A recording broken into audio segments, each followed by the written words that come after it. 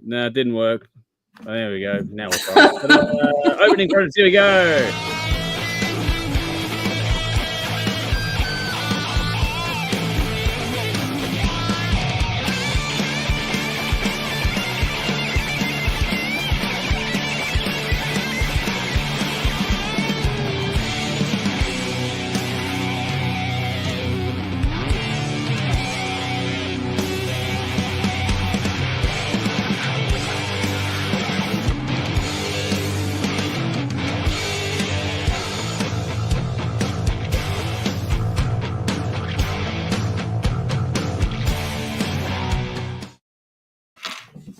Alrighty, folks, you're on a preemptive bin fucking Facebook tonight again. It'll be happening again later on too. Fuck this platform for a fucking joke. Fuck me over again. Anyway, got it working.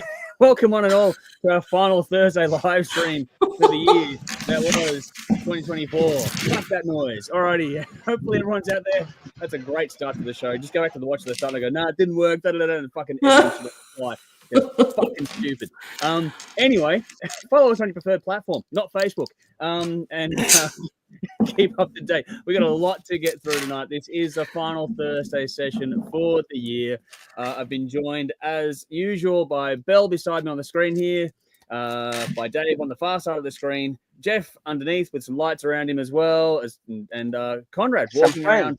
Yeah, or I presume London at the moment as well. So that's what we're thinking at the moment. Like I said, we got a lot to get through. This is the final Thursday live session for the year. So we're going to do 3 rounds of King of the Riff. We're going to finish off our soundtrack battles. We have Blues Brothers versus Trick or Treat and The Crow versus Spawn. For us, the audience was The Crow versus Rocky Horror Picture Show. We'll go through the results of that and then go through the final round, the decider. After that, on the fly tonight as we go through things. If everything goes to plan, Jeff has a guessing game for us to play as well, which will be cool. We're going to continue on with our Fretboard Feud Builder Band, which is going to be producers and artwork this time around. So a bit of fun there. And all the usual stuff, the bin, everything else coming up later on your way as well. So get in the comments, say hi, let us know where you're watching from, all the usual shit. Check us out on TV, 10:30 p.m. Saturday nights, Channel 31 in Melbourne. 10 p.m. Thursday nights, Channel 44 Adelaide, local time on those broadcasts. And in the reference box is links for us and everything else you can fucking want to check out for this episode. So if you missed something along the way, go and check it out in the description box. Unless you're on Facebook, because you can't, because fuck that platform. I'm just going to keep saying that over and over again. Fuck, that's annoying. I'll get into that more properly a bit later on. What else? Jody says hello to everyone as always, which is hey, which is great. And good to see you all here. Got some comments coming through. I'll get to those in just a moment. And question of the day today is going to be, get in the comments, let us know what are some of your favorite rock and metal songs to play around Christmas and or New Year's Eve. Get in the comments, let us know some of your favorite songs to play around this time of year. Nicole's here. Evening, everyone. Good to see you, Nicole. Thanks for coming in. Same with Rowan. Good to see you, buddy. Hopefully Cat's going ho fucking ho. Absolutely. Cat. You as well. So Michael, good to see you too. Another Michael. We've got different Michaels, different platforms here. Facebook and YouTube. Good to see you, other Michael. And same with another Michael. 3 in a row. My God, that's got to be a first. Going, hey, wow.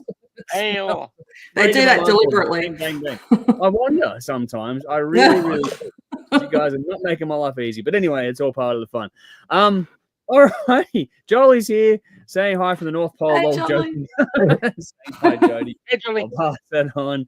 I think the closest one to the North Pole is Conrad over there. It's bloody cold over there. All the rest of us are sweltering. Conrad's cold. All righty, let's have some fun here. Let's get stuck into the Hot Rocks portion of the show, which will go through the new songs that we have to go through this week. So let's have some fun here. So Michael says, shit, we are just that good. Yes, you are that good. The 3 of you in a row. Fucking bang, bang, bang. Alrighty. So as you all know, we'll try and run this as much as we can over the upcoming break as well, just to sort of, we won't do it as a live stream thing. We'll try and do some sort of update on this one as we go through things. But the new songs that got nominated, if you want to join in, you have to join our Patreon page, by the way. If you want to join in, that's where you have to go. It doesn't cost you fuck all, so just join in and have some fun there. Link in the description. But the new songs nominated this week, from Vinny, he put in Alone with the Gods with the song Help. Ula put Avatarium with I See You Better in the Dark. Jolie, speaking of you, put in Dynasty with Game of Faces, which is a new album coming up very, very soon as well. I put in Aussie band Fake News with their track Beer. Kat put in Inside the Trojan Horse with their new song Stay Alive. I added in, just to make up numbers, Crave, another Queensland band with Only Human. Michael put in Mad Invasion with Voodoo Queen. Another Michael, again in a row, put in Precious Mess, their new song Hold You to Your Word.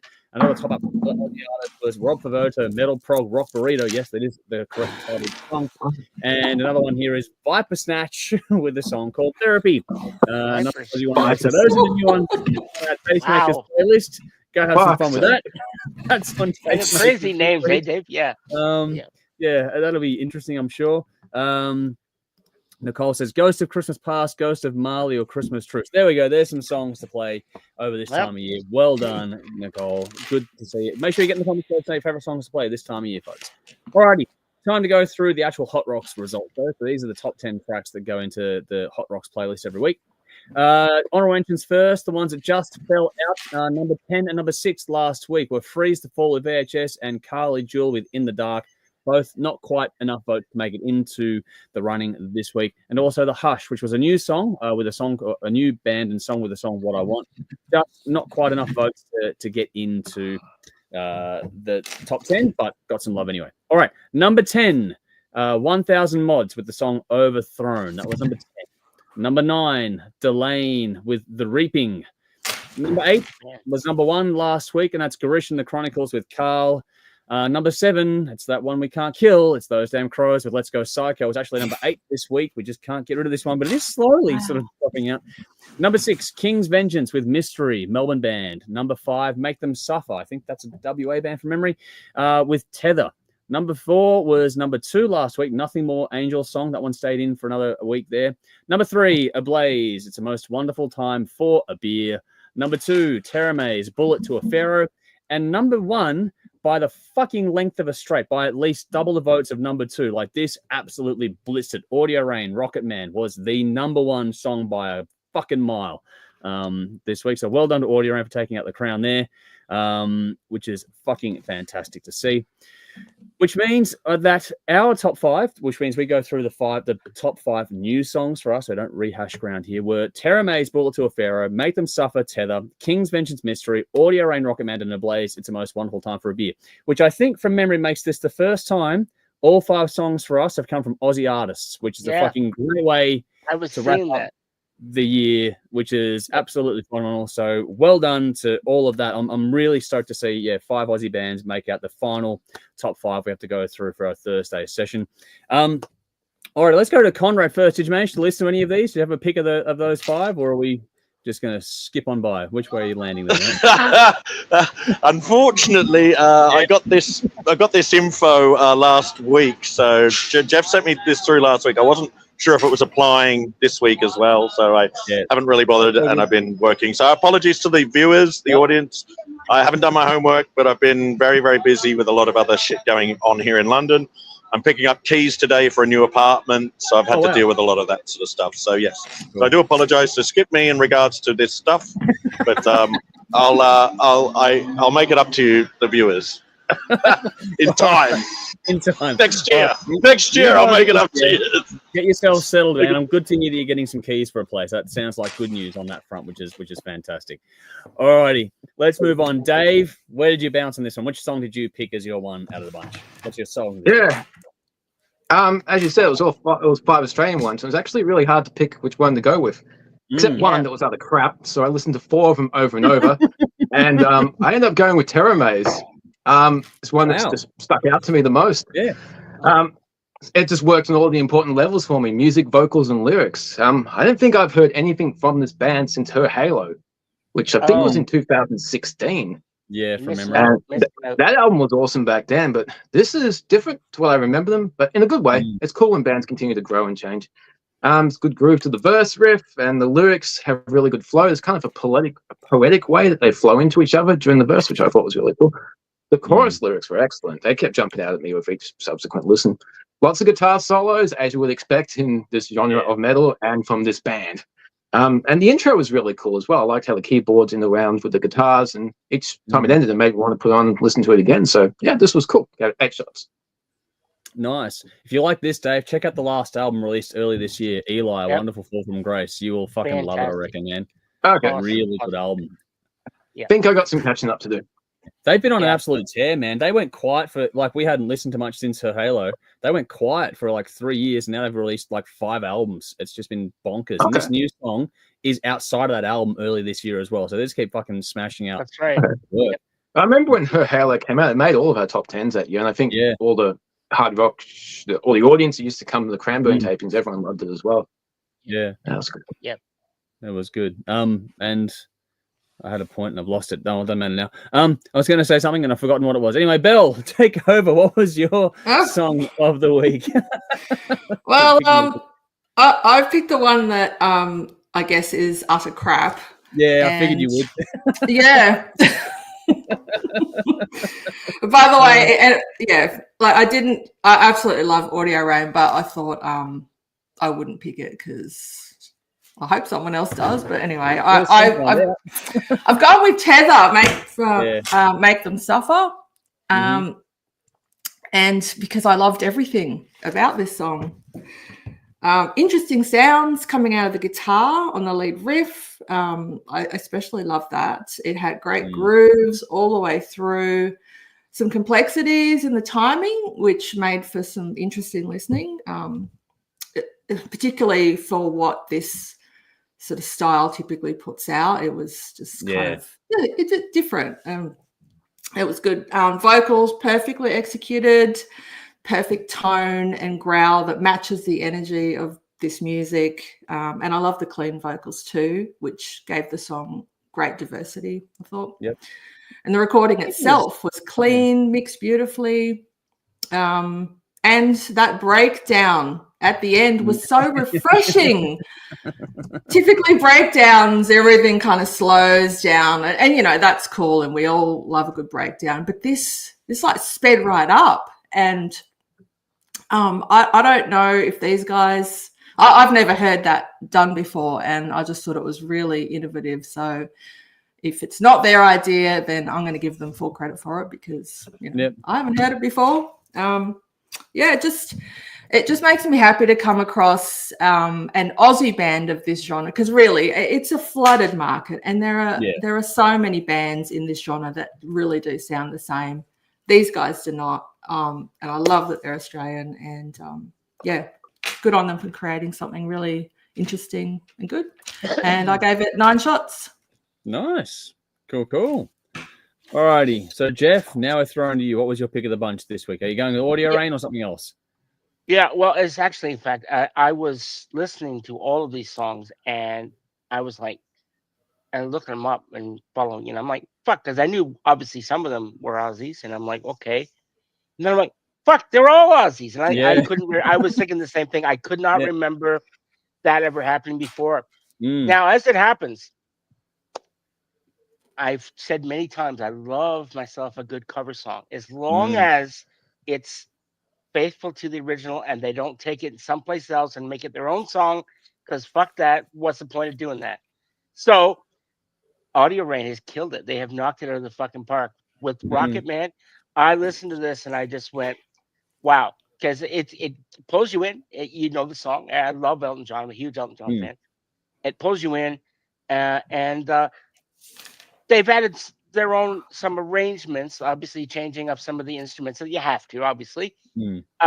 But they kept it faithful to the original, and I think it's an absolute banger of a track. And I really, really, really liked it. And so hats off to Audio Rain for knocking it out of the park for me. This is a 9 out of 10. Bang. Nice. So I really, really enjoyed it. Yep. 9 shots. Cool. It's actually kind of funny because you're going to get a really good spread. I liked all 5 of these songs, and I feel bad for the one track that's going to miss out, because I'm going to talk about a song that's not been talked about by anyone else yet. I'm going to go with Ablaze, but I do want to give a bit of love to Mystery as well, because that was a fucking another really solid song there. King's Vengeance with their song Mystery. That was a really great song from another great Melbourne 3-piece band that we've been following for quite some time again. But I figured this time of year, of course, it's the most wonderful time for a beer by the mighty Ablaze was my pick of the bunch this week. Like I said, latest single from this Melbourne band. I think their next album is coming out early-ish in the new year. I'm not quite certain of that, but they got a few singles out now.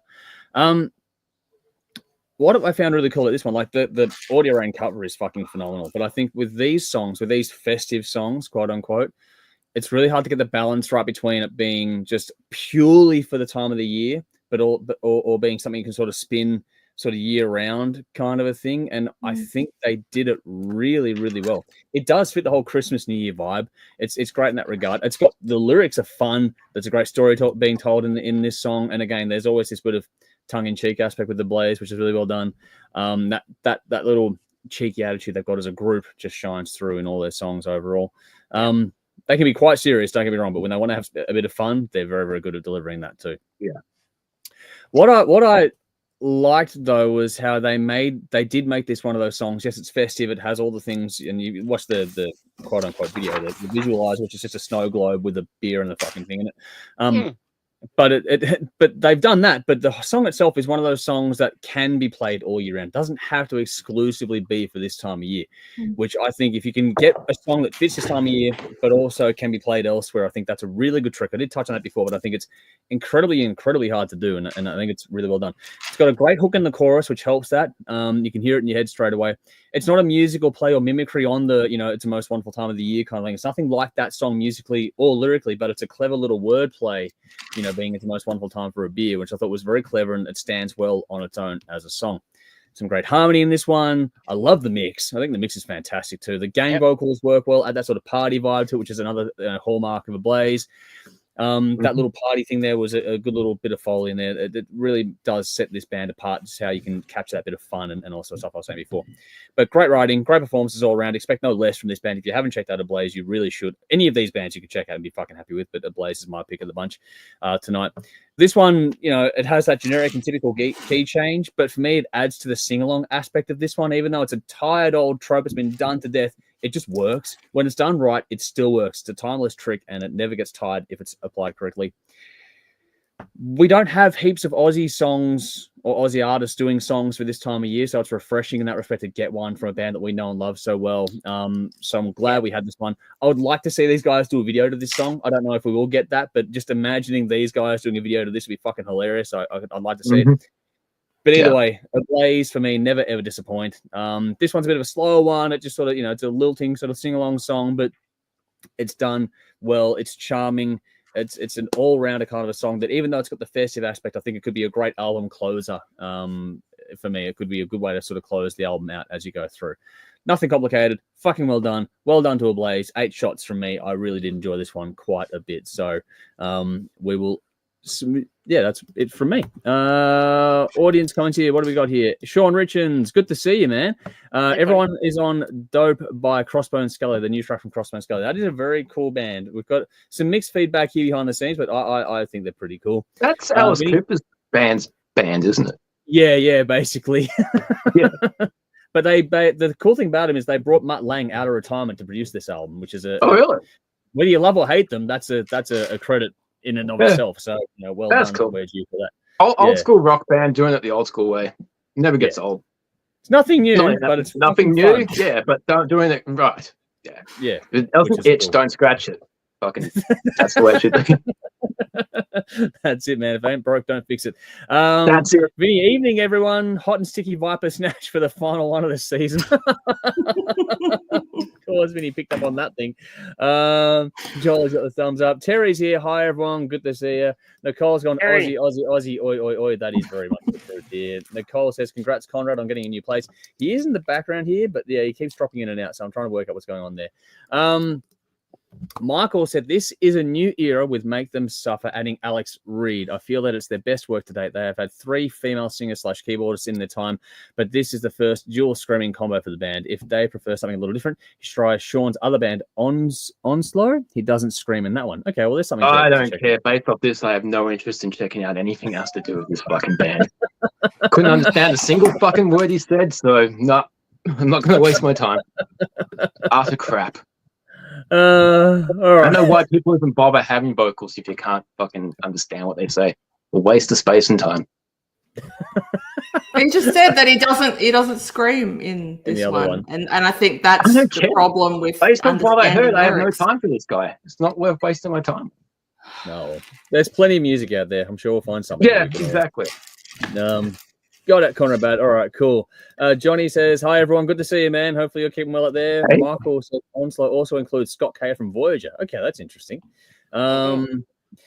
Guru, he's here. Greeting rockers across the plane. Hey, Good buddy. to see you, as always, every week as well. And Strutty is here. Animal Inside is out now. We'll get to that in a second. Don't worry, I'm going to give that a bit of a shout-out. Killer track for Ablaze as well from there. Mickey's here. Hey, everyone. Good to see you as well. And Michael's having a great chuckle there. So we're having a bit of fun here behind the scenes with everyone too.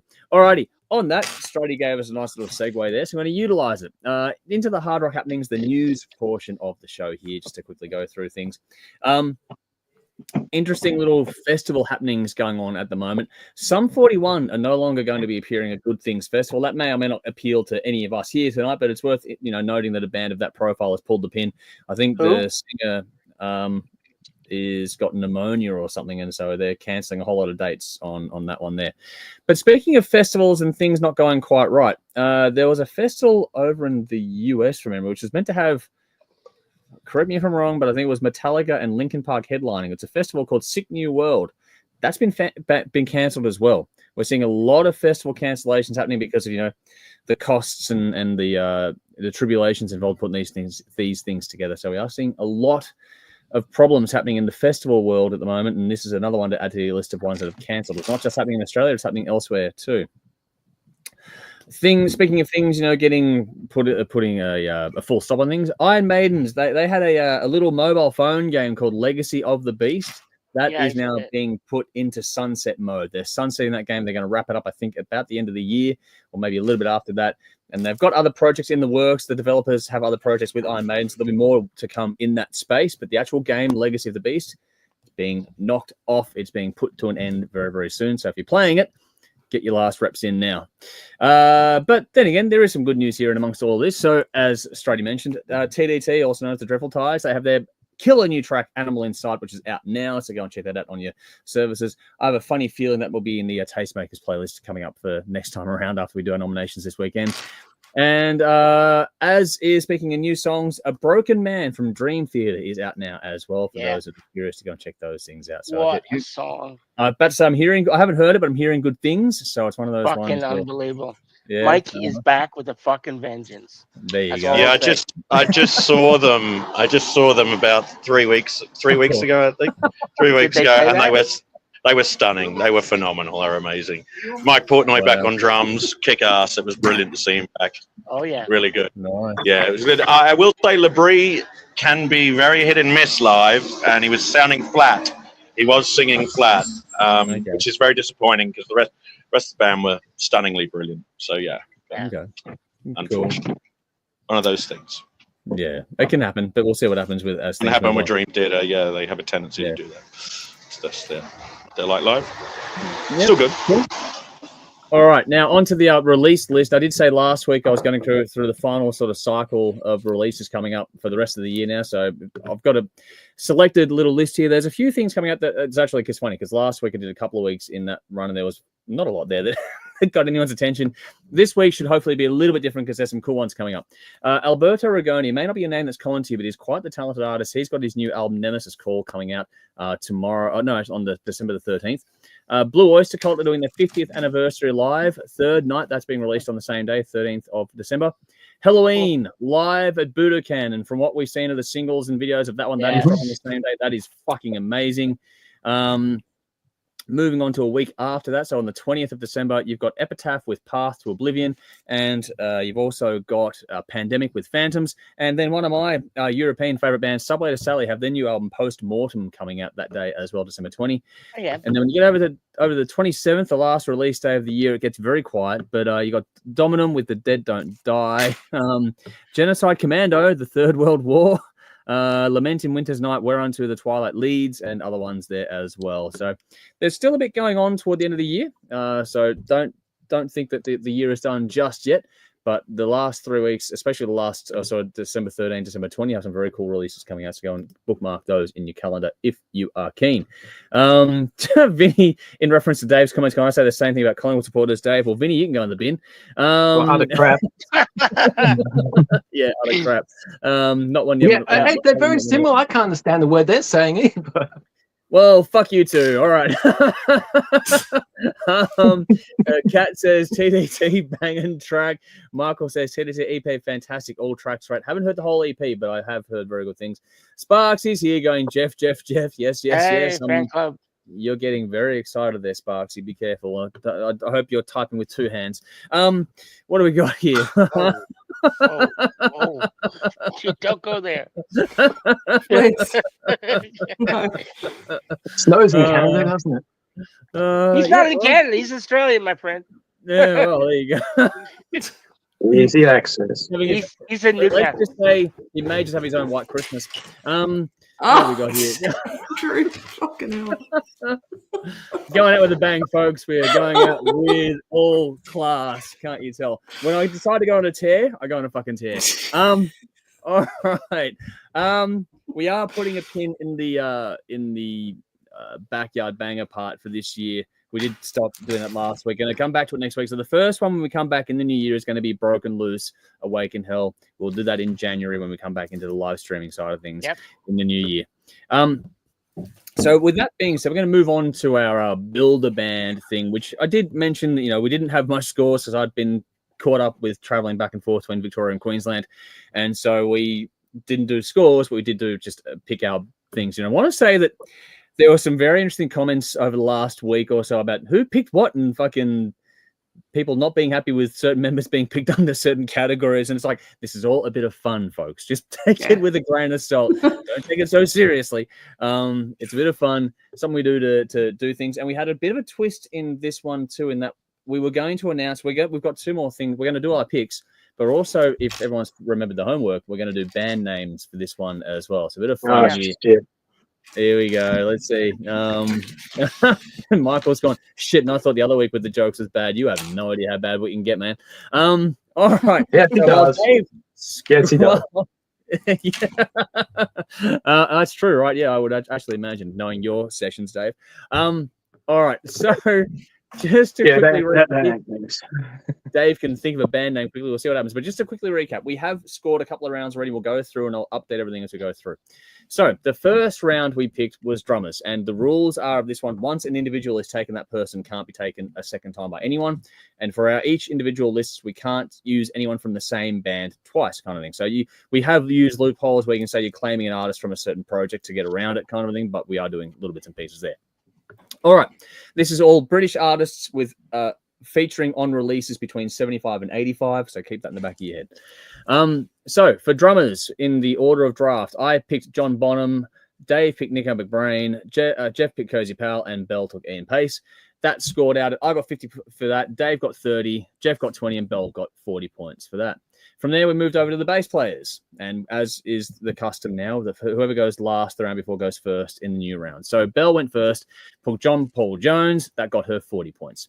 I took Geezer Butler. That got me 30 points. Dave took Lemmy, which, of course, got the win, 50 points there for that. And Jeff took Chris Squire, which got the 20 points out of that. So at that point in time, the last score that we had for everyone, Dave was on 80 points, Bell on 80 points, myself on 80 points, and Jeff on 40 points. So it was all very, very tight as things go through. I'm going to tell you, it's not gotten any less tight. So for the round 3, which was our first guitarists in our band, Jeff went first and took Richie Blackmore. Bell took David Gilmour. I took Adrian Smith. People were saying he shouldn't even be in the same category, but hey, what do you do? And Dave took Tony Iommi. Let's see. I think it's pretty clear here that Jeff got the points, 50 points with Richie Blackmore there. Bell got second with David Gilmour. Dave, you came in third with Tony Iommi, the riff master himself. That surprises me. Iomi's fucking gone, man. It surprised me too, but that's how it played out. No, I don't care. But wow, Iomi's great. The dude's got no fingertips, for fuck's sake. He created heavy metal. He didn't. Yeah, without that happening, that accident, we probably never would have got heavy metal. Yeah. Oh, mute. We're mute. Yeah. Yep. Dude's got no fucking fingertips. His solos are great. His riffs are great. Fucking wow. I don't care. Anyway, that left me in the bottom. A kettle or fucking cat? What's that? I think it's a bit of both. The cat in the kettle. I got 20 points for Adrian Smith just to close out that round there. Yeah. Which means that as we update the scores here, remember it was all very, very tight before. So I Jeff is still trailing, but not by much. He's up to 90 points after that round. I'm next after that on 100 points.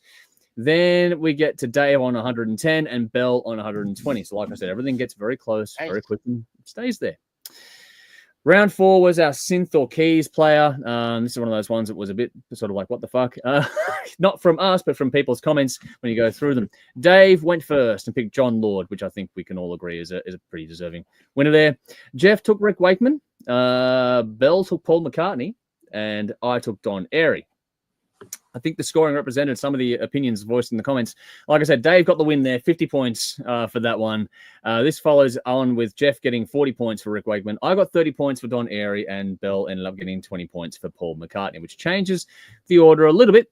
So then we have a tie on 130 points. We have Jeff and myself both on 130, Bell on 140, and Dave on 160 after that round there. So it's all still nice and close. Then we get to our second guitarist. This is round 5. Second guitarist. I went first on this one. I took Glenn Tipton. Dave took Jimmy Page. Jeff took John Lennon.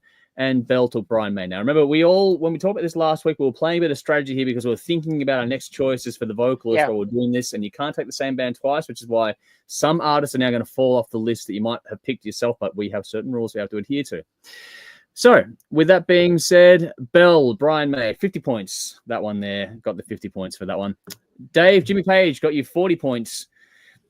Cool. I got 30 for Glenn Tipton, and again, the Beatles are not getting loved in this one. They got 20 points for John Lennon for Jeff there, so that's where things changed around again, which, again, influences the scoring. So, Jeff is now back in 4th spot on 150 points. I'm in 3rd spot, 160.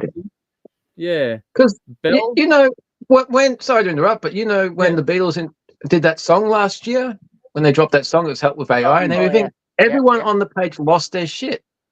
But when the Beatles get in one of these polls, it's like, why the fuck are the Beatles there? Yeah, it was weird. It's weird. Like all the Beatles fans come out from under the rocks, but when it's actually time to vote for one and show that the musical abilities of them actually mean something, it never happens. I find that happens. I find that happens when an artist dies as well. I don't know why. When an artist dies, people suddenly become. Once an artist dies, everyone's a fan for the next month, and it's played everywhere. I listened to one song in high school. Suddenly, oh my god, he's a massive influence on me. I listened to it for 40 years, but I'm so fucking I remember when Bowie died, and it was like suddenly all these people were claiming to be Bowie fans, and I'm like, hang on. You wouldn't have listened to him before he died. Exactly. Bizarre. You might know one of his songs. Suddenly you're a distraught fan. Yeah. Well, I remember when that happened, that in particular, we put a thing up about it, and there were some comments on our page even saying, you guys never talk about the band. And I responded saying that Dave and Julia in particular are massive fans. Jody is a massive fan. There are certain aspects of us back then when that happened that are absolute diehard fans. Just because we don't talk about it all the time doesn't mean we don't respect, admire, or appreciate. Plus, Bowie doesn't exactly fit in with what we do weekly on this show. But people listen to styles outside of what we do. But that said, it's also respect where due. You cannot dismiss that man's career or anyone else's career for that matter. You got to play the field as it comes, kind of thing. Anyway, just to continue on scoring, Bell jumped up to 190 points, which meant Dave, you're still out in front on 200 points. So there we go after that one. I'm winning something. But anybody can touch those two. Those two are untouchable now, I think. Well, we'll see. We'll see, because now it's the vocalists, and this is where things get a little more fun again. It's funny that, speaking of David Bowie, because that got a run here too. Bell went first, though, and chose David Coverdale. I went second and took Freddie Mercury, hence the strategy from the previous round. Dave took Ian Gillan, and Jeff was the one that took David Bowie, speaking of what we were saying before. To score that round out, I got the 50 points that time around, which I'm very happy with, to be honest. It means my strategy paid off. Yeah, but I'm glad my strategy paid off. It all sort of fell into place when we were there. We had a tie, I think. No, we couldn't have had a tie. Surely not. Did it? No tie. We had a tie. Okay, cool. 30 points each. No tie. I didn't think so. There was no tie. No, that's right. What have I done here? So, okay, that's where I've gone wrong. Don't worry. Ignore me. I'm working it as I go. I was rushing these through at the very end here, folks. Alrighty. So, just to be clear here, I'm going to double check myself here. Yes, okay, cool. I've got the right result now. All right, Dave got 40 points for Ian Gillan. Bill got 30 for David Coverdale. And again, in keeping with the conversation, Jeff got 20 points for David Bowie, which is remarkable when you start thinking about these things. So we are having an interesting real-world conversation in terms of what's going on here. But that does influence the scoring a bit. So just to recap where we are currently, these are the final scores as they stand after the last round. So Jeff on 170 points is at the bottom end of things. I'm on 210 in third place. Bell 220 in second, and Dave still out in front on 240. But there are still 2 rounds to go. This is where things get to be a little more fun. Let's quickly see if there's any more comments here. Just quickly jumping in there. Hey, I've been at Dave's place and had drinks with you guys. Yes, you have, Michael. Yes, you have. Crazy. Yeah, dude. Hey, all, Dude, you rolled me over so I wouldn't choke on my own vomit. Love you, man. Dave said Dave's a massive influence on me with the drink icons. There we go. From Craig. Glad I'm corrupting other people. Yes. Vinny says Yoko Ono is a massive influence on me. Kills my libido. I guess you've heard her sing. Yeah. I don't know if I call it singing, but all right. And Craig's no wonder John Lennon was on heroin. Alrighty, so this brings us up to the choice now where we go through and choose producers for this little super group we've got going on now. And again, remember that you can't choose bands and also we've got those little rules you have to play into. And as is always customary, Jeff will go first this time around because he went last the round before. So Jeff, which producer are you going with? British from between 75 and 85. Well, there's one that popped out, and of course, I was like, well, I can't take him because he doesn't fit in the fucking years. Otherwise, I would have taken him. Mm. So I'm going to be taking the next one, which fits perfectly in there, and that is Mr. Martin Birch. Did all the Maiden and Deep Purple and fucking you name it. Yep. Cool. There we go. So Jeff has taken Martin Birch. Bell, second call belongs to you. Jeff, who were you referring to when you said he doesn't fit? Oh, I would have liked to take it fucking Andy Sneap, but he doesn't fit in the fucking year. Yeah. Fuck, was he even born? Okay. You know, Sounds like I don't Andy know. Sneap. I would have loved to. He's a brilliant fucking producer, but it doesn't fit in the years. Yeah. Okay. All right. I wonder if Just Bell's going to curious. go where I think she's going to go on that one now after that comment. Well, tell me if you're right, because I'm picking George Martin. That's what I thought too, yeah. Yeah, obviously, like I've got Paul McCartney, so it can't be for any of his work or the Beatles. Well, not the Beatles, but careful though. Yeah, Nobody liked Lennon. yeah. You know? I don't look. Yeah, I'm not Baxies on this. I think he did a UFO album in 1980, so There you go. obviously, can't do because I've picked Paul McCartney as my pianist, so Gets a bit tricky there. Yep. So I'm picking him, George Martin. All right. There's my 20 points, apparently. That's Jeff's prediction. Oh, see. All right. There we go. So George Martin for Bell. Yeah, that's correct. Mm. Yep. All right. They did plenty of other stuff in the 70s beyond the Beatles as well. All right. That kind of... I've got a few here that I could choose from. Because, you know me, I always go through things and pick some good ones. And I've got some good ones on my list, but I'm going to take... I'm going to take Tom Alom. I'm going to take Tom Alom for all of his work with Def Leppard in this case for me, because I've already taken Priest, but I haven't taken Def Leppard yet, so I can take that, and that rules out. But all the work in Priest is in there as well. But I'm taking it from the Def Leppard camp there. I found a loophole. I found an album that I could squeeze that one out with, so I'll take it. Which means, Dave, sorry I cut you off there, but which one are you going for with the fourth pick? You go first next go, though. That's cool. I'll go with Ray Thomas Baker, who did Night in the Opera from Queen, 75. Roy Thomas Baker, yeah. Yep. Yeah, I couldn't take anyone from Queen. That was one of the first ones I looked at, but unfortunately, it's just one of those things. Yeah, it's my second, Yeah, there you go. Oh.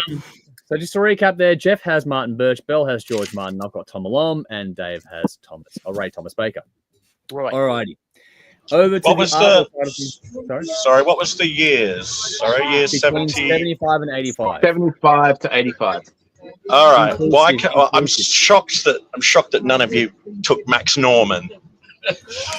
Depends what band you link him to, but yeah. It was Aussie. Yeah, I did have him Oh, on okay. the list. Had to be linked to the bands that you guys had this Yeah. business I with. did- Yeah. Yeah, we got Okay, I get little it now. rules. He Yeah, so I only did- Yes, I. in all fairness, so if you go 75 to 85, he was the engineer on the first Yeah. two Ozzy albums. He did not produce it, and he produced The Ultimate Sin, which was in Ah. '86. yeah. So he'd be outside that for Okay, Ozzy all right. anyway. But you're All right. close. Okay. One of the Fair younger enough. ones. One of the younger Sorry, ones. man. I'll shut up Sorry. now. No, no. Back in your box. Back in your box, you.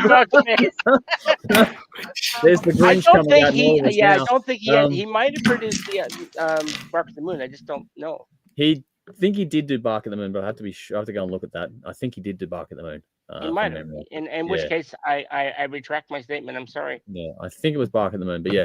Anyway, it was on my short list. I think that was the album that sort of got me through it. But anyway, we're going to move along and go over to the artwork side of things now as well. So this is where we've done things different. Normally we'd choose an artist, but we decided to opt out of doing artists because it doesn't quite translate well in the polling and all that kind of stuff. So we figured we'd just choose an album cover. And again, same rules apply. Can't take the same band twice, all the usual stuff. But Dave, you get to go first. Which album art are you going to place on your little Supergroups record? I'm going with an album that I got when I was about 15 or 16 years old, which I absolutely love. And the cover art was one that you just stared at while you listened to the music, and it encapsulated everything in those 5 songs. Those 5 very long songs. Pink Floyd, Wish You Were Here. Fuck. Wow. Turnabout's fair play. You got me there. How fucking good is that artwork, man? Hey, Conrad, you were I did right. the same fucking thing around the same time, man. So yeah, I don't blame you at all for taking that. Like, fuck, that was my first choice. Good choice. Good choice. Yeah. Very good By choice. the way, Conrad, Yeah. you were right. I am wrong. Max Norman did produce Bark at the Moon. So Yes. There we go. I apologize. Alrighty. That's all right. Well, while you've got the floor, the pick is yours. What have you got? So the rules are we can't take if we've got a member from that band, we can't take them. Yeah, Right. basically, if you claimed someone from and use that band as your claiming point, then yeah, you can't use that band again. Okay, well, but we have done the loophole, so I'm gonna take if I can, and I think I can because I didn't take anybody from Deep Purple, and I know Martin Birch, he produced Deep Purple as well as other bands. So I'm gonna say Derek Riggs. I'm gonna take fucking the Number of the Beast album. That Number of the fucking Beast.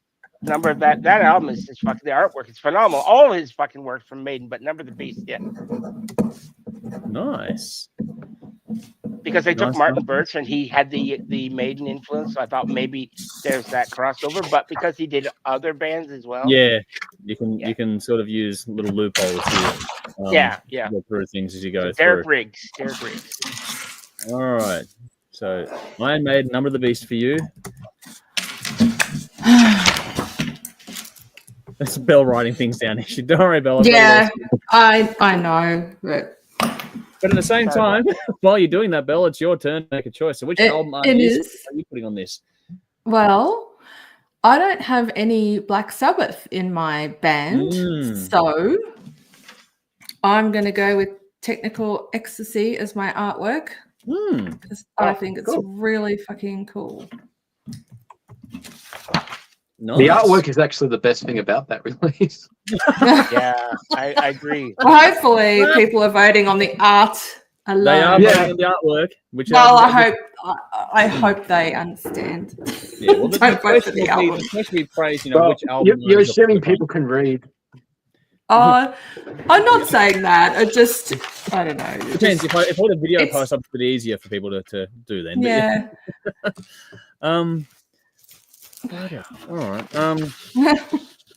This puts me in a really awkward spot because I can't take Def Leppard now because I've used that reference to use as a loophole around Judas Priest twice. So I can't. I was going to have Def Leppard Hysteria on my list because I couldn't have Pink Floyd Wish You Were Here. So now I'm torn between two. Hysteria came out in '87. Was it? I thought it was. Yep. Oh well, No, I had They got other cool artwork though. I had other ones there. Maybe I wrote the wrong one down. Sorry. But anyway, Pyromania, maybe. Pyromania. Yeah, but anyway, that doesn't matter anyway. I can't take it, so it's a moot point. What have I got here? So now, because of my last call, I can choose now. I've got Motorhead, Overkill, or Ozzy Osbourne, Bark at the Moon on my list. Right. Which is what I'm thinking, because I've got no Ozzy Osbourne stuff. So I'm like, It's a good album, Bark the Moon. And the art on that was actually it was actual real hair that was put on Ozzy piece by piece. Yeah. He was in a chair for like 10 hours when they applied that. And they did the whole with the video on it as well. So that's where I'm like, do I do that or do I go like his Motorhead? Really? It looks, I don't know, he came out looking like Teen Wolf, I reckon. It's a bit dodgy. All right. Yeah.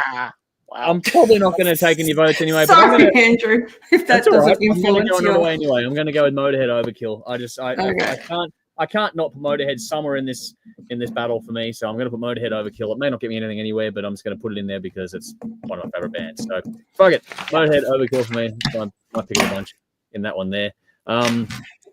Which makes things all the more fun. So next year we're going to come back. The first show will be a bit different as a format for New Year. But when we get back into the swing of things, the week after the first one back, we'll start doing the Thin Lizzy discography. But we'll also recap. We'll do polls on this one shortly, and then we'll wrap this one up in the first stream of the new year.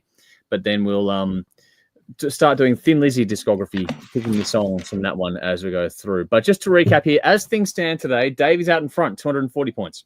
Bell 220. I'm on 210. Jeff 170. There's still 100 points up for grabs. Still 100 points up for grabs. So we'll see what happens. Well, more than 100, but you know what I mean. Like the most you can get is 100 points from here. So we'll see what happens from there. Alrighty. Let's see. Comments. Go to comments. Well, Craig are we gonna? Sorry, didn't mean to. Before you go in, go ahead. Yep. We still have the naming convention. Yes, I'll go that in a second. I'm just going to go through comments, so I'm not waiting because usually we get to the comments every 15 minutes, and it's like, what the fuck are they talking about? So I want to try and get to them a bit more often, so I don't lose context. Craig says Martin Birch, Terry Thomas. There's some good ones. You can come out of your box now, Conrad. So there you go. There was some love for that. David's here. G'day, all. Full house. All the best rockers. Same to you, man. Hopefully you're keeping well. And Rowan says 2 covers from Hypnosis. Yes, very true. But we'll see what happens with that one. We didn't want to go because we know like album artists, the ones that draw or create the art, that's, we could go down. We've done that niche before and it doesn't seem to translate well in the polling. So if we make it simple and just go with the album art to make it nice and easy overall, as things go through. Alrighty. Let's do the rounds here quickly and go with band names. So what are you going to call this little super group of yours? Jeff, what have you got a name for on yours? Well, I figured because like 3 of the guys in my band, unfortunately, are no longer amongst us. So they're all driving around in, one of those combi vans. Yep. So it's the Zombie Combi and the Ungrateful Dead. That's nice. In the Ungrateful Dead or and the Ungrateful Dead? And the Ungrateful Dead. So they're a little bit pissed that they've been dug up and are forced to tour around the country. That's nice. That's cool. Oh, I'll pay that. That's a good one. That's cool. Yeah. All right. Belle, what have you got for a band name? Oh, nothing that cool. Not even close. So I was thinking, what would be cool for a band of that era from the UK? And then I thought Lionheart. And I'm like, And then a quick Spotify search brought up, there's already a band with that name from that era. Like, damn it. Yeah. So it's on the right track, but I think I already knew that, so it's probably influencing me at the back of my conscious somewhere. Yeah. And then I just couldn't think of anything cool. And in that, I thought, well, why don't you just be a total dork? Because I had this idea because I kept thinking, I wonder where they're all from. And so I looked up where each of them was sort of born, and then did like a Google Maps thing to try to find the central point of where they are in the UK. Which was, I don't know, a little bit tricky. So I just kind of used latitude and longitude and figured out the exact midpoint that connected all these, 6 band members. Wow. And I thought, well, the closest town to that's what I'll call the band. Wow. So, yeah, the reference was in the middle of some field, like some crops. I don't know, like what was grown there. Google Maps didn't really kind of zoom in that hard. So the closest town was this little village called Alston. Just, I don't know, somewhere in the Midlands. It was like half an hour east of Leicester, I think. So, yeah, so totally terrible name for a band, but I'm sticking with it. So, yeah, Alston. Woo! How do you spell that? Nice. Owston. All right. It's just the tiniest little village in the middle of the country, really. That's all right. Cool story to go with it, though, which is the fun part. Dave, you've had some time to think. Have you got anything in there? I was almost going to pass on this, but then, you know, for most of the year, I've been criticizing modern bands for their ridiculously stupid fucking names, but it makes a lot of sense because the 70s and 80s really took all the cool names. I mean, that's part of why that era was the best, because you had band names that you wanted to have on your fucking t-shirt. You wanted to have band merch. It was cool. These band names made you intrigued and drew you in, and made you want to listen to them. But it's really hard to come up with something cool. You need a color or a type of metal and something like a Day, Sabbath, or Thing, Zeppelin. But I'm just looking at my list. Iron Maiden, Motorhead, Black Sabbath, Led Zeppelin, Deep Purple. A lot of drug takers there. So I'm thinking it's unknown how much drugs they took. So I went with unknown quantity. That's nice. Very cool. That's cool. I'm feeling really fucking hobo with my band name now. I just Do you remember what my band is called? It's a really simple one. I just thought actually it's kind of funny because I took a little bit of the inspiration from Dave with how he's always remarking about how he loves this era more than the modern era kind of thing. And so when it comes to this sort of stuff, I hang around people that love their cars and things like that. And there's a common refrain that comes from people when it comes to old cars versus modern cars.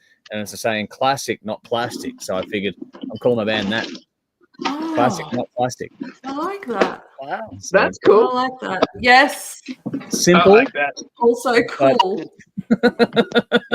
Not so it doesn't have the cool backstory of all the other ones, but it was there, so I figured I'd take it. It was just a simple one beautiful. to grab. So. Yeah. Short and to the point. Didn't matter. It could be an album title as well. Like, you know, it'd work in everything. So I just thought I'd have a bit of fun there. Yeah. Craig says, Alston, you should have gone with somewhere in the Midlands, Bell. So there we go. That's actually better than Alston. Yeah. Oh, there we go. All right. So there we go. Just to quickly recap here, Jeff had a Zombie Combi and the Ungrateful Dead. Bell had Alston. Dave had Unknown Quantity, and I had Classic, not Plastic. So there's our band names for this one, which is a bit of a fun little challenge. We haven't done that before. It's the first time I've done that one. Did a few little firsts here because last week Belle did a real first for us with the guessing game segment of the show, where she decided to go through and make us guess the album art via only a little portion of it visible to see, which is very well done, very cool. And we've since worked out how to adjust the light settings for Bell. It would have worked better. It's on Sunday. You know what? Sorry, but as I was leaving, the thought that came to me, Andrew's band name would also be great for a company that markets dildos. Are you taking inspiration from the Discord chat, Dave?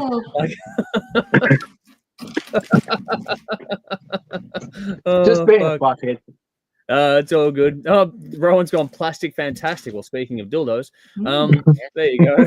That's a better name. All right. But like I was saying, we've had a bunch of firsts, a bunch of fun, and now it's time to move over to the guessing game side of things. Because last week, like I was saying, Belle did a first for us. She did the whole thing where she covered her album art and just left a little bit of a portion for us to guess from. Jeff, last time around, you did a guess the song, which was Iron Maiden, The Red and the Black. That was Jeff last time around. Jeff gets to take the guessing game this week.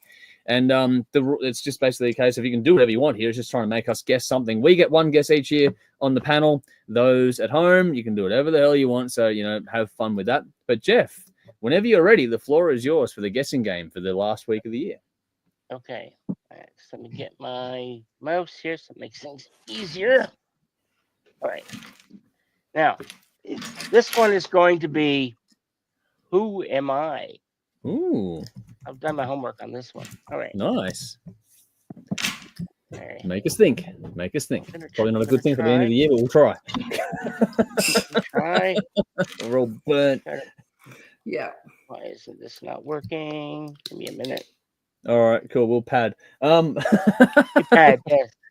That's There all we right. go. All right, I got it. Are you You good? can pad. I got. Yeah, it was just wouldn't scroll. I'm like, what the fuck is going on? Yeah, I don't know. Oh. It's end of the year. Everything's fucking burnt Yeah, toast. everything's fucking up. All right. Everything's fine. Yep. So are we ready? We are ready, I believe. I'm ready. As ready as we're going to be. Yeah, Okay. that's a good point, Dave.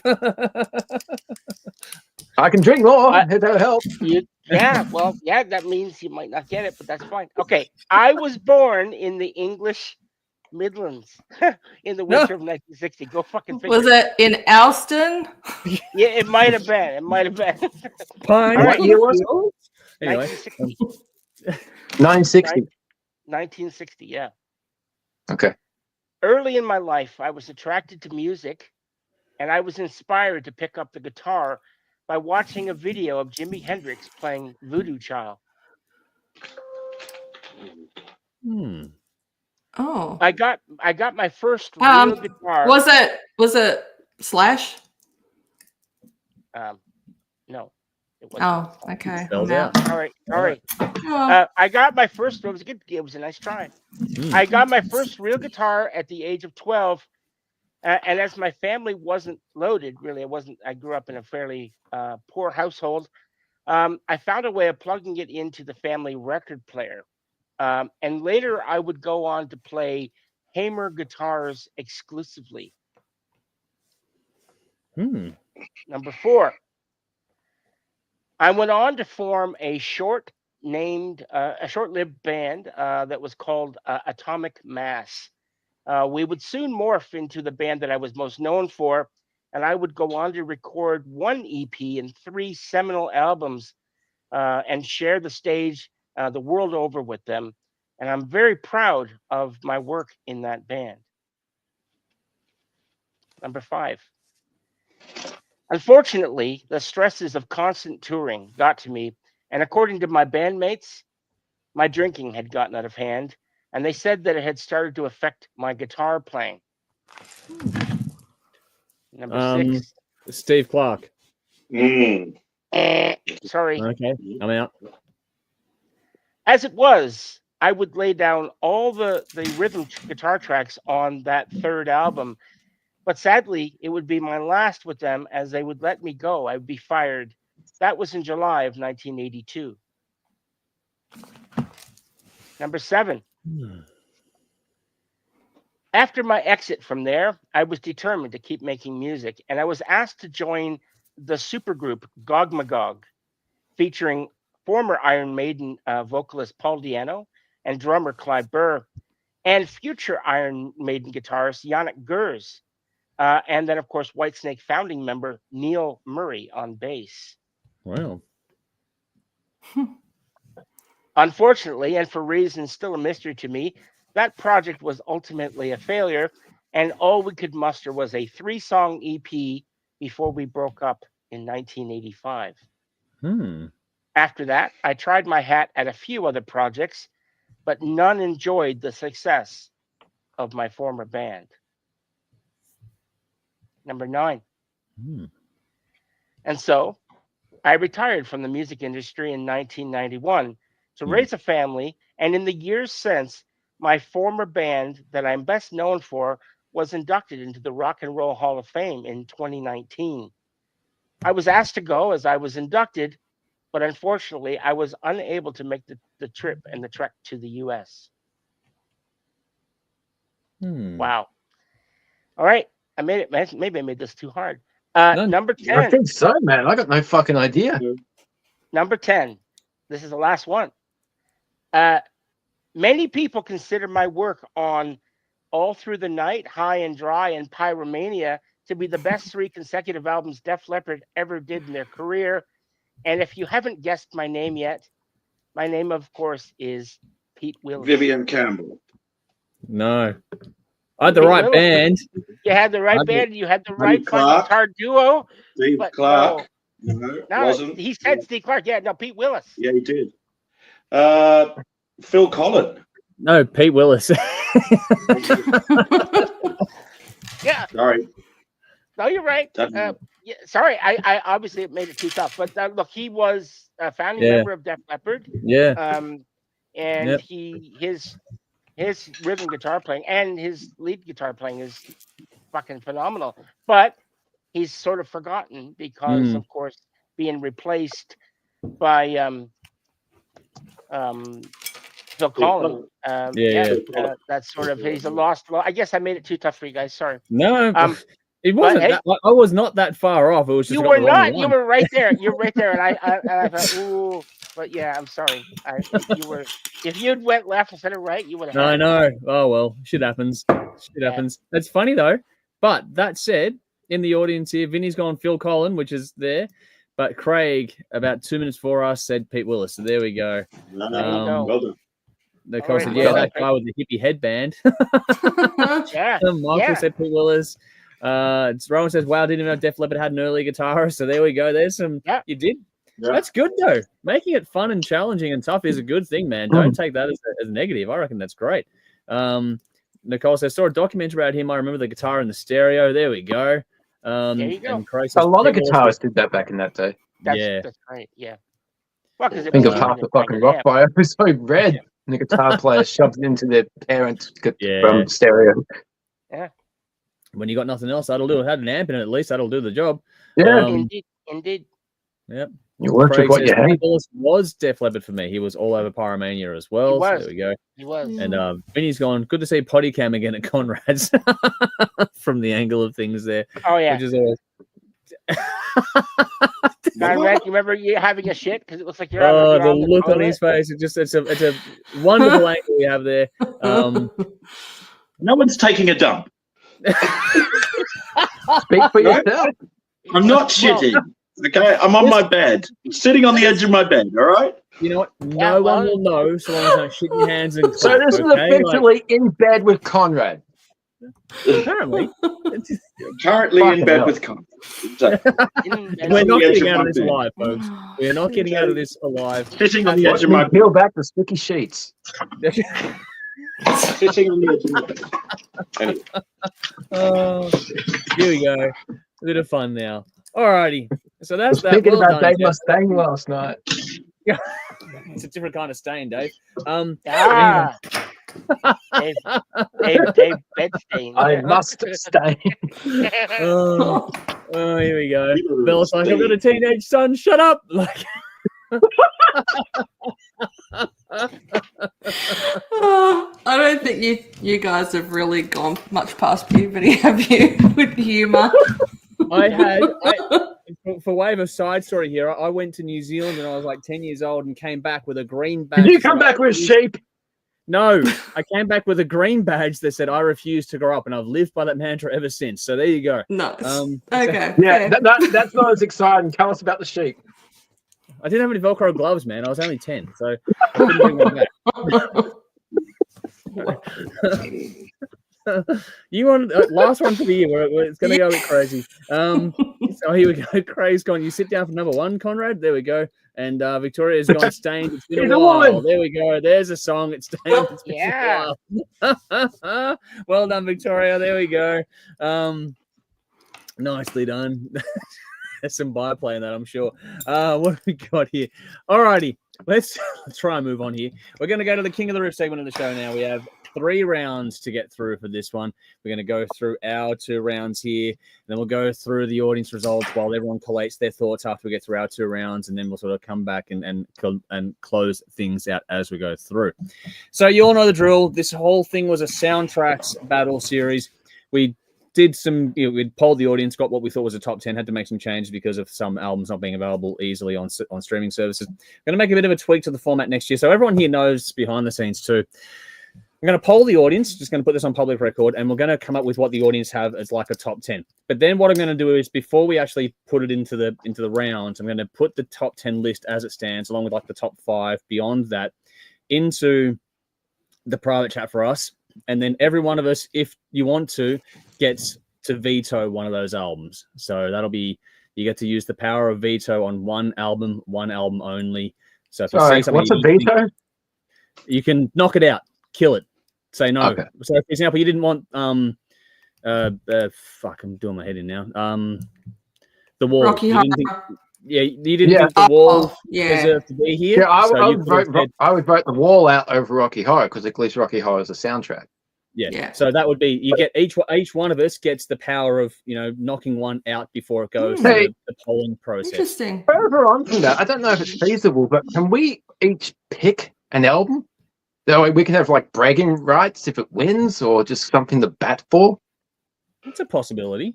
It'd be interesting to make us sort of have to force vote against or even pick one on there or add another one to it.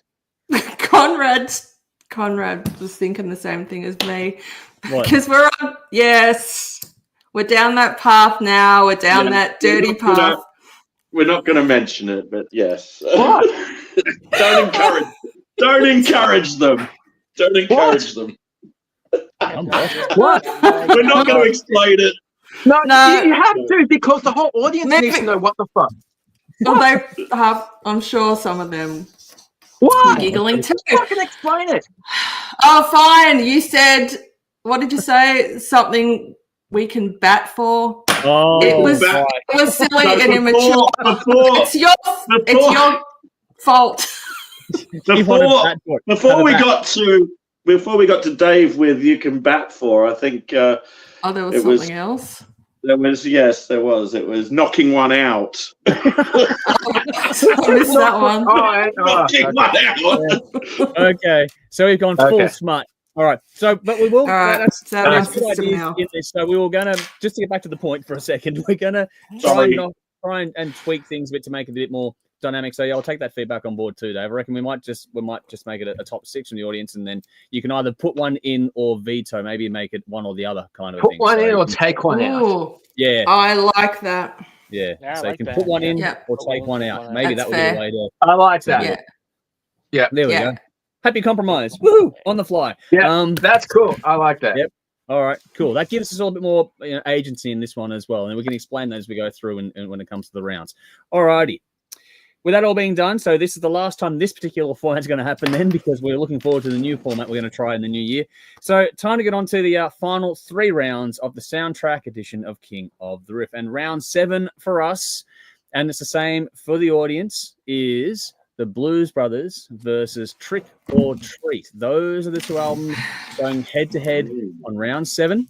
You all know these albums. We've all done these albums. Anyway, we're going to throw it to Bell first. Which way are you going and why, and all the usual stuff? What are you thinking here? Well, they're both great albums. I love both styles of music. Both bring great childhood memories of listening to these albums. Trick or Treat was more like teenage, end of childhood, getting into hard rock, heavy metal, and horror movies. That's that vibe for me. Blues Brothers is just, just a whole childhood, really. But look, although I really like Trick or Treat, I'm going to have to go Blues Brothers because it's just an all-timer, and I could probably listen to this in any mood, whereas I don't know, Trick or Treat's it's quite a specific listen, isn't it? Fair point. For me. So I think I just prefer, like, if I had a choice, put one on, I'd more often put on the Blues Brothers over Trick or Treat. So gets my vote. Nice. That's fair enough. I've pre-drawn a random order for all these rounds, just so everyone knows, as usual. I mean, you guys all know that here, but I'm announcing for the audience. So Bell has gone with Blues Brothers. That's 1 on the board there. Conrad, you're going to actually be able to give us an opinion on this one because you're up next. We've got some input in this show. Yay. Yes. Yay. Sorry, that's what happens when you don't do your homework. That's all right. So which one have you got? What are your thoughts here on this battle? I'm going to side, I think, with Bell here on this one and go with the Blues Brothers because, I mean, just such a great a range of people. Those songs are really strong and stand up and a lot more memorable. I saw that film, I've got so many times when I was a kid. I watched that over and over and over again. I mean, and people like Ray Charles and Aretha Franklin on that as well. Just songs that are very well written. So yeah, Blues Brothers it is for me over Trick or Treat, which is a fucking great record. But I think, like Bill said, you've got to be in the right sort of mood for that. Whereas the other one, I think is a classic, and it can be, those songs are a lot more memorable. Yeah, Blues Brothers for me. Nice. All right, well, I get to go next on the pre-drawn order. In this particular battle, this round, there's no dud album here. Like, you can't. I don't think you can put one on and say this is shit. Like, I think they're both absolutely fantastic albums. I've got no problem listening to either of these ones. I have enjoyed listening to them the whole way through. In fact, out of the 4 albums we had to listen to this week, I listened to all of them numerous times except for one. I think you can guess which one that's going to be. And I was happy as a pig in the proverbial, just enjoying all these albums. Trick or Treat from Fastway is one of those ones that's not only a good album, but it's sneaky good in how it has gotten such a cult following about it. We've got cult following too. Obviously got Blues Brothers, but let's not diminish what every Halloween Fastway gets a run every single year. Like, everyone mentions it, everyone talks about it. It's got its place in time and history. It's a great album. It's got great songs, great performances, great mix. It's got a certain time vintage to it, which is great, and there's nothing wrong with it either because it actually still sounds and holds up really fucking well. I think everything is there. The songs, performances, all of it. Yeah, absolutely. Nothing wrong with that album at all. You cannot. I don't think it's not easy to fault that album. Just from listening to it numerous times. I've been listening to it since the start of this whole process, going back 6 weeks or something now, and enjoyed it every single time it's come on. The flip side is that you got the Blues Brothers here, which is a monster of a record, and I don't think you can lose either way in this one. You can pick whichever album, and people will be pretty happy or understand the reasoning why either way. But when you get to the Blues Brothers, it's not just all the things that are good about Fastway that also apply to this record, and sometimes more so because you have things like, obviously the bigger culture, what happened with, just cultural movement-wise on that. Now it started off as like a dance on the skit that became a movie kind of thing. But what was ultimately the decider for me is that one, Blues Brothers is ultimately utterly timeless. Like, those songs, it's hard to go past those songs from one listen to the next. But also, if you were really trying to split hairs, I just think the technical execution is easier to get a band to do a album than it is to get an ensemble cast, including actors, to pull something off as special and successful as what was done on Blues Brothers. So for me, I'm going to crown the winner here with Blues Brothers being 3 now. But let's see if it's going to be a sweep or not, because Dave, I'm going to throw to you next. Are you siding with us or are you going the other way? As far as blues goes, it's possibly as diverse as metal. There's lots of different ways and different takes on it. Good point. Yeah. As far as blues goes, I prefer the old fucking Delta blues, the old guys like John Lee Hooker and Muddy Waters and Helen Wolf, and what Jimi Hendrix brought to it, and Jimmy Page was Since I've Been Loving You. I like that rather than the big band stuff. So I prefer that of the Blues Brothers. So I like the blues, which is cool. I will put on those artists over this soundtrack a lot of the time. Like the blues, I love metal. I love 80s metal in particular. Might be cheesy and lame by today's standards, but this album is just fun.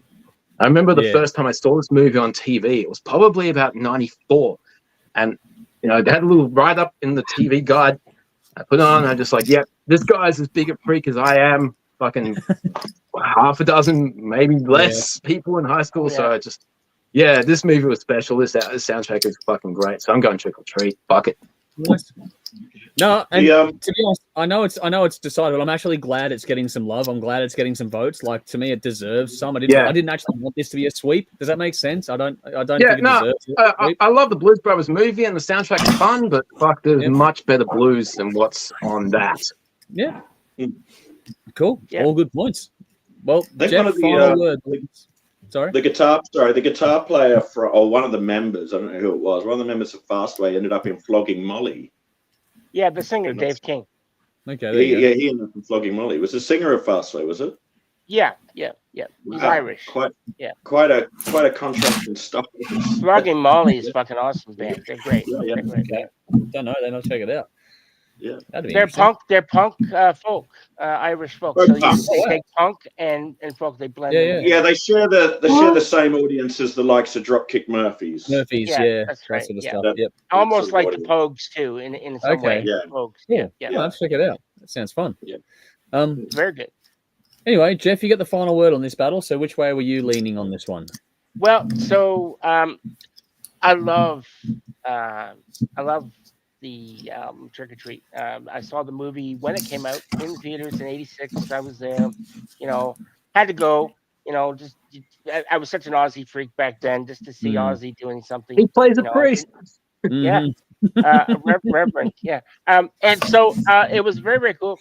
And but as I've said many times, you've got to judge an album based on its competition. And for me, there was no competition in this. There was absolutely no competition. I love Trick or Treat, but I cannot in good conscience vote for it. I think that it has to go to the Blues Brothers based on the quality of the songs. Even though I voted for it against it last time, that was because of the competition it was up against. Okay. This time, I love that other album, but yeah, Blues Brothers gets my vote. Okay. There we go. Well, that actually kind of equates to the audience result, which I'll get to in a minute as well. So we are on track with the audience, just so that everyone knows. It's about 70% of the vote went with Blues Brothers over Trick or Treat. So just a bit of a moment there where we are sort of basically in line with the audience again, which has been a remarkable feature this time around. For everything except 1 point, we've pretty much gone lockstep with the audience, which has been quite remarkable, to be honest here. Yeah. Get some audience comments in quick before the next round. Vinny's gone, who can bat the hardest for their album segment? Oh, God, here we go. Sorry, impressionable with Tourette's. That's from Vinny again. But here we go. Wayne is here, Mr. Wayne Horza. Yo, mother pluggers. Good to see you, man. Hopefully you're keeping well out there, brother. Hopefully you and yours are all doing really well, man. Make sure fucking good to see you. Hopefully everything is great. Craig's here, Bell for the win. I'll grab my coat. So there we go. Sparky's gone. My name's Jeff. What are we playing, Spartacus? Josh, good to see you, Josh. First time I see for you. Yes. Rock on, lads. Shout out to Jeffrey. So there we go. Jeff, what did you do? Because Ron is here too saying, what are you wearing, Jeff? A bunch of lights, apparently. Lights and these are what do you call it? Stockings from old passed on puppies and birds. I'm not wearing stockings. Audio. Yeah. If people are just listening to this, you're wearing lights and stockings. Like stockings. Here we go. So yeah. But I was looking for something to wear Christmassy, and this is really all I had. Fatty and Buddy, this is my bird, and we used to hang these up at Christmas time and fill them full of treats and stuff. And they used to go the dogs went ape shit, smackos and stuff inside there. Yeah, used to love it. Yeah. Yes. Well, from that, we're going to change pace a little bit here because Sparks has gone, rest in peace, King Kirk. So there we go. There's that one being mentioned there. Craig, here we go. We got a couple of comments here, Bell. So be ready. What's with all the noise, Bell? For a brief moment, I thought Connor was backing one out live. So there we go. Yeah. I was wondering what the noise was. What? Yeah. What noise? You were making some noise. Oh, sorry. Yes, there was a lot of rustling going on. Yeah. Sorry. Roland's gone, who's living next door realize. to a WWE training session? Oh my god. All right. And Roland, Michael said, interesting those soundtracks who watched originally in cinema compared to video or TV. Interesting.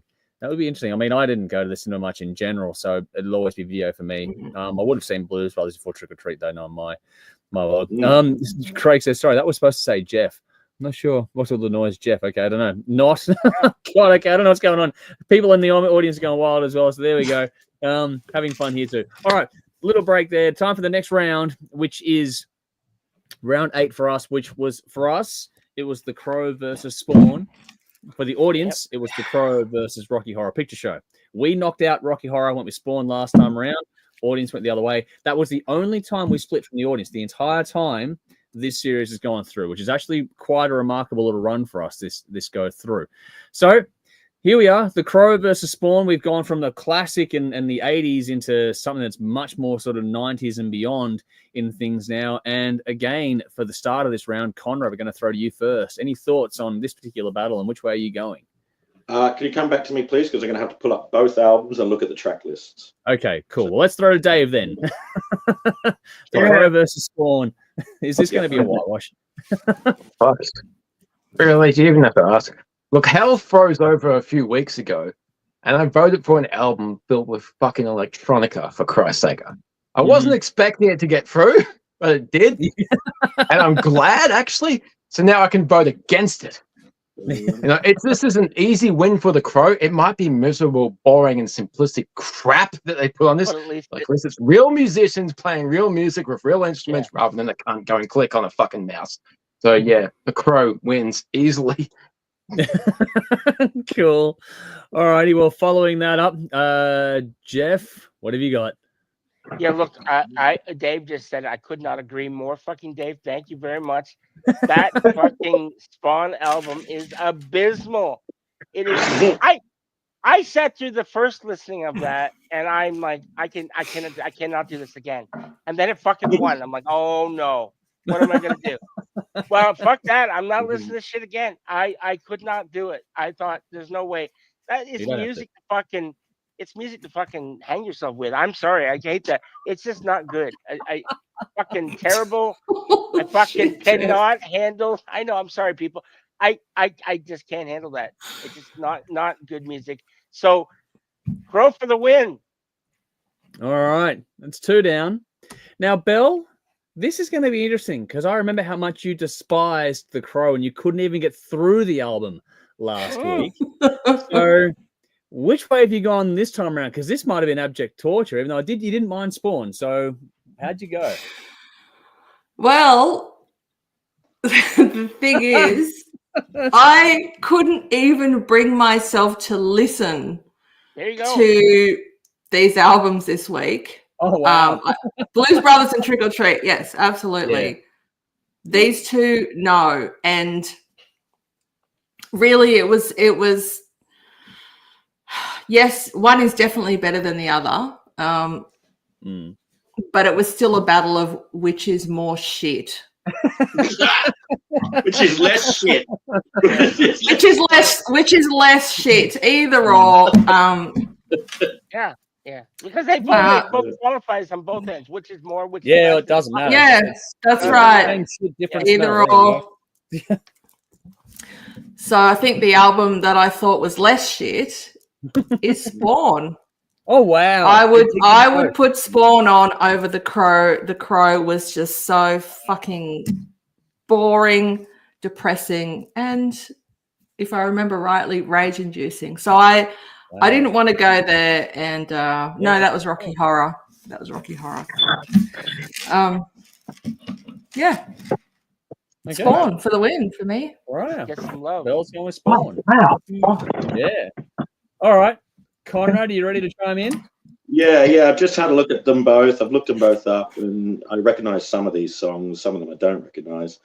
But I guess I'm going to go with I mean, I like The Cure, so I think The Cure probably wins it for me in that respect. Absolutely. So, Cure, so anything I guess with real instruments being played is going to win over synthetic fucking. Any fucking day of the week.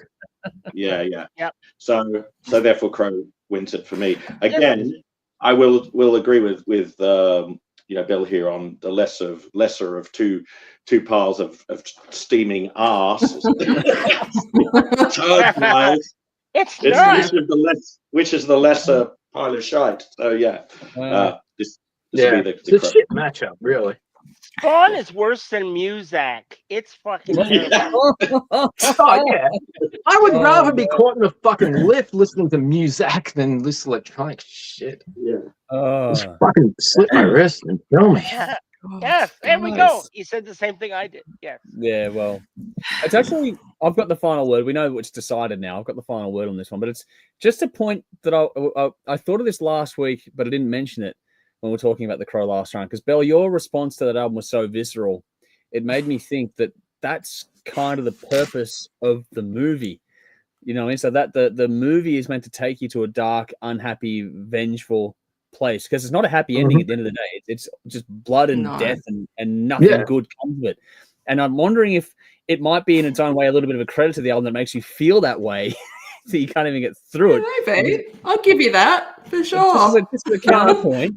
Okay, for someone who's seen the movie multiple times Yeah, and I then know you heard the soundtrack, you've got the story over the movie. It doesn't work via the soundtrack alone. But for me, it does because I can see those scenes when those riffs play. But just listening to the songs themselves, because they didn't really resonate in the movie when I heard the soundtrack. So you don't have the love story, you don't have the revenge killings, you don't have the storyline. I get it, but the overall feeling and vibe, the overall miasma that was a pull over the whole movie, like it's not a happy place. The whole thing is not a happy thing, and that album.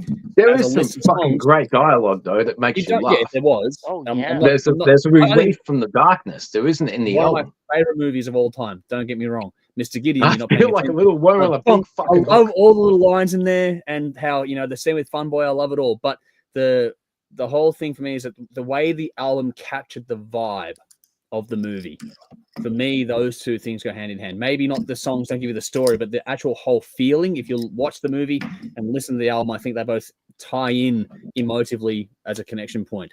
But that being said, one has a sound of a fucking truck backing up and the other one doesn't. So regardless of my thoughts on the Crow, Exactly.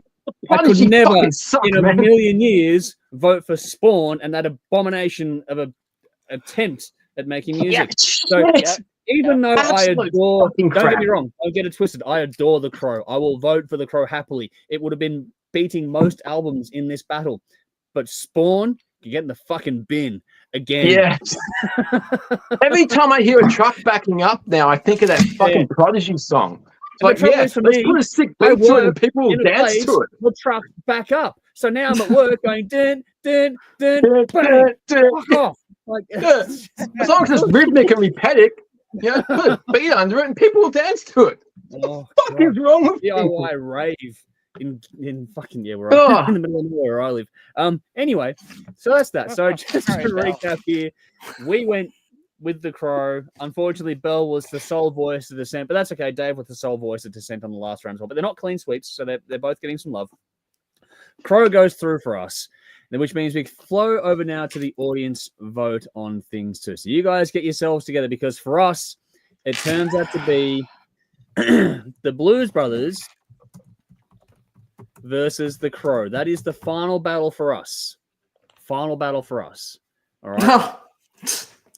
I have a funny feeling which way this is going to go, but we'll find out. Now, the next thing here, though, is that the audience had a different choice to make for their winner. There was The Crow, again, for the audience as well as for us. But for the audience, it went up against Rocky Horror, which we knocked out last week. So this makes it a bit different because we have one divergence here. And it's funny that this one was about a 60% one way, 40% the other way. And the audience went with The Crow as well. So even though we diverged, we come back to the same finishing point, which means for both us and for the audience, the finale of this whole thing is Rocky Horror. Sorry, not Rocky Horror. The Blues Brothers versus The Crow. Just to really just sort of drive that point home. So we are both audience and us at the same place at the same time at the end of the day, which is fantastic. Quick audience interaction here. Craig says Spawn 5 shits for Bell. There we go. Woo, 5. Vinny said something back here. I don't know. Vinny said something that Victoria's laughing at. But Craig says, I'd rather listen to country music than Spawn. Wow. Vinny says Spawn's production team were survivors of what should have ended up on their mama's back. Oh, wow. Hey. That'd be why Victoria was fucking. Oh, wow. Anyway, Don says Blues Brothers every day. Well, we're going to find that out now because I have the audience results. We're going to go through our results first and see if we all end up at the official final destination, same place, same time. Let's see how we go here. So, for us, it is Blues Brothers versus The Crow. For the audience, it's the same thing. Let's see who is going to go first on this one. I've got to actually pull up the draw names. All right, first cab off the rank is Jeff. Which way are you going on this one? Well, this probably my favorite song on The Crow is that first song from The Yeah. Cure, and I don't even like The Cure, but that song is fucking awesome. So it's hard to go by when I think of that song, but then of course it's up against the behemoth. So it really comes down to what album would I want to listen to more, or could I listen to more? Fuck, as much as it irks me to say it, I have to go with the Blues Brothers. The Blues Brothers for the win. All right. Better song. That's one down. So the final nail for Jeff was Blues Brothers. So there we go. Next cab is Dave. Is this going to be a sweep? I wonder. The Blues Brothers versus the Crow. Yep. What? Early 80s versus the 90s? Do you really have to fucking ask me? I know. Isn't it obvious? I mean, come on. Have you not been listening to me for the past 10 years? Yes, Happy I know you. versus sad. Fun versus depression. Enjoyment versus wallowing in self-pity. Musicianship versus droning, boring crap. Classic versus 90s. The way things were and the way things should be versus the way they became. Obviously, I'm going with Blues Brothers. Fucking hell. Yep. All right. Conrad, you get to decide. If you go one way, this is over, but we'll get our final thoughts anyway. But yeah, Conrad, over to you. Yeah, I would say Crow versus Blues Brothers here. Yeah, I mean it's going to have to be Blues Brothers. As I said, Aretha Franklin, Ray Charles. You can't compete with that. That's brilliant songwriting and amazing talent. Yep. Yeah, Absolutely. Yep. Yeah. Mm-hmm. Hey, John Lee Hooker's in there too. Don't forget him. Yeah. Yeah. No one mentioned John Lee Hooker. There's a lot of people in that film. Very talented. The amount of people. Yeah. Even the guys in the Blues Brothers bands, all those guys that are in that band. Yep. Yeah, they're not John Lee Hooker though. Very talented, accomplished musicians. So yeah. Yeah, that's right. Yep. John Lee Hooker.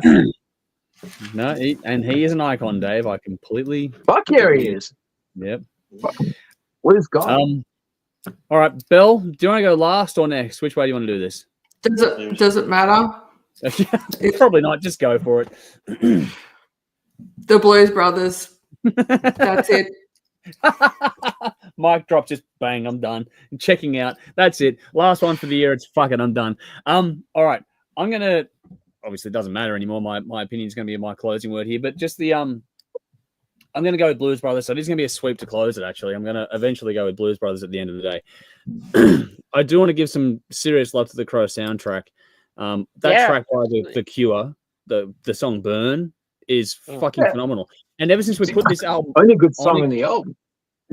But the funniest thing is that, for me, like I said when we first talked about the album, I find more and more to enjoy in there as I go through things over the years. But that opening track, I couldn't. Once you hear it once, it's one of those things like it's like a Pringle. You can't stop. You just got to go back to that song over and over again until you get sick of it. Like I cannot get enough of that song. Burn is all time for me. Yeah. That said, they got better songs. I don't think so personally, but Jody's a massive. It's like the Cure. The Cure song. The Forest. I like the Cure. Oh, just Forest like Heaven, love song. Yeah.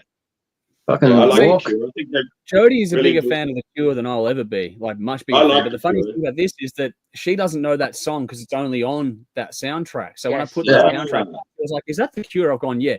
So there's a funny thing here about the song from that band. It's got this sound. You can tell. And they never play it live. It's only been played like twice live ever and all that kind of stuff. So there's a whole special thing to that song and this movie.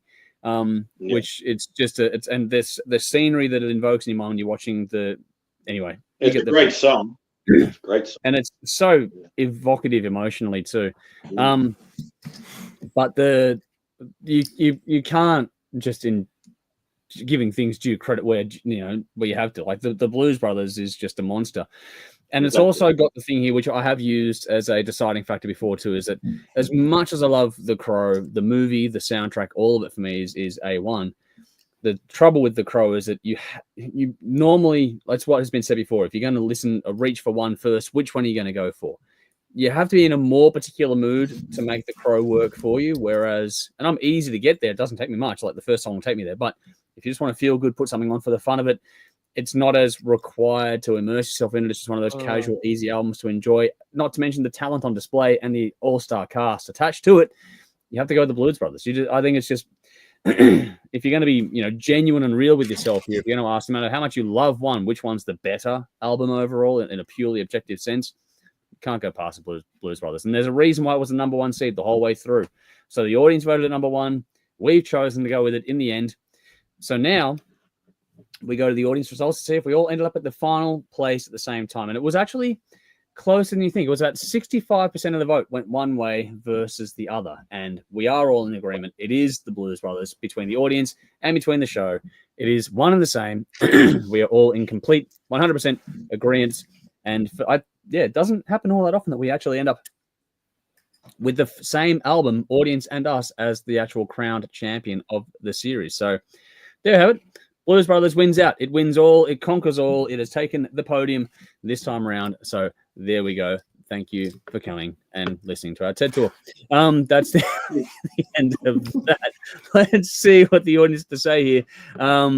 Here we go. Victoria says, Dave gets even better looking the more my friends and I drink. There you go, Dave. That makes a lot of sense. Vinny says that ballad at the end of the Crow soundtrack is beautiful. Well worth the wait all the way to the end. It should be ending with the guitar solo that isn't on the fucking album. I Where he smashes the guitar. That is fucking brilliant. I paid that, Dave. That should be on the album. I don't know why it's not. Didn't get to the ballad at the end. Sorry, Vinny. Dane Saberi did a great vocal on that one. Wayne says if there's any type of hooker involved, it's a win. You haven't changed at all, man. No, he's still same old Wayne. Michael says, yeah, but would it have beaten the Lost Boys? Don't know. Unfortunately, it's a hard one to judge. Because The Crow and the Lost Boys are two of the best movies I've ever seen. And then the Lost Boys is a killer soundtrack too. But because we couldn't fucking get that album to work on streaming services. Spotify. My personal choice, the Lost Boys as a soundtrack wins. Yeah. But I think so too. Yeah. Probably does, but at the same time, it's just problematic. It's just purely logistics. I know, but don't get me wrong. But even in the audience voting, Blues Brothers was still number one, even when you took into account the Lost Boys got a lot of love. It was in the top 10 originally. I had to put it out because you couldn't just make it work functionally speaking here. Yeah, I didn't want to have to send the guys links to go and check this song on YouTube, that song here, and that song there. It's just too hard to make it work. It's too fucking we're too busy. We gotta make it easy. As we're all doing this while we're doing our day jobs, that kind of stuff. You can't sit there and fuck around on your phone while you're working. So we have to try and make these things as time. You can, but I'll just drive the forklift into something. Yeah, don't do that. Just as a thought. My mate did today. Oh, really? Yeah, he drove into a fucking car. Oh, fuck! With the tines or? No, I don't know, but we're leaving work, we're both walking to our cars. He's like, I may have to replace the panel on that car. I'm like, what happened? He goes, I hit it with a forklift. Oh, fuck. What the fuck, man? I've done all types of crazy shit on the fucking street with that forklift, man. I'm always thinking about Anthrax, Metal, Thrash, and Mad while I'm driving that fucking gun. I've never hit a car. That's okay. We had a truck driver take out most of the hedge at work today just because he was pissed off this morning. So there you go. Fucking took his B double in and is pissed off. What do we got here? Vinny says 9 Inch Nails, Dead Souls will be my favorite overall. I do love that song, Vinny. I do genuinely love that song. It's one of those ones. That's probably one of the ones that hooked me the most in the beginning. And as I've gone through the years, I found more. It's a toss up between that and The Cure for me. Those two songs really do anchor that one for me, and the scenery involved again in watching it is perfect. Michael says crashing the forklift in the spirit of the Blues Brothers car chase. There we go. Yes, there's a comment, Michael. Well done. My goal for tomorrow. Held the record for the most car crashes in a single fucking sitting for a number of years. Don't know if it still holds the record actually, but I think it held the record for the most car crashes. Probably the most car crashes in any movie, I think. Yeah, it held the record. I know it had the record. I just don't know if it still does. That's all. So that's a little bit of they wrote off a lot of cars. They did. Other Michael says, shit, need a job like me, chef work. I play what I want in the kitchen there. Yeah, I've got At least Man, I I've heard your was stories, man. When you had that fucking Souvlaki fucking place. Yeah. How did I never go there? When I used to work in food, we played wherever we wanted to play. That was cool back then. But now I work in areas with forklifts, and that's a bit Man, trickier. So. I used to work at Toys R Us. They had the great fucking PA system where you could hook your phone up to it, and when everyone else was gone, you used to crank Pantera. You used to literally make the fucking walls bounce. Yeah, fucking Hostile was my song of choice for Pantera at work in the kitchen. That was a good one. Alrighty, we played on close. What do we got here? Kevin's here. Kevin, good to see you, man. Greetings, kids. I'm glad You're late. You over.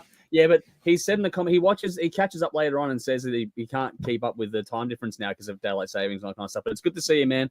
Hope you and he didn't get your Slash fucking. No, he didn't. Lyrics. I stumped everyone the other week, which go me. I'm happy with that one. I'll take that as a win. I failed. Alrighty. I failed on that one. I'm surprised that went as far as I did. I'm glad I found one that I stumped everyone with. It makes up for Black Sabbath. I'll always have to try and live that down. So 1970, bang. Yeah, bang, done. That was awesome. That was a one of one. That was so good. That was so Like, duh. It was a moment that was captured for all time. Alrighty, time to get onto the win and or bin part of the show. We are nearly there, folks. So what do we got here? Let's just do the rounds. Bell, win, bin. I know you've got a story to tell. So what have you got for us this week? Well, yeah, I do have a bin, but I think I might just set that aside and focus on the win. Yep. And the win is so we're moving to a completely different area, and the school we wanted Ellis to get into, we applied and got rejected because they were full. Yeah.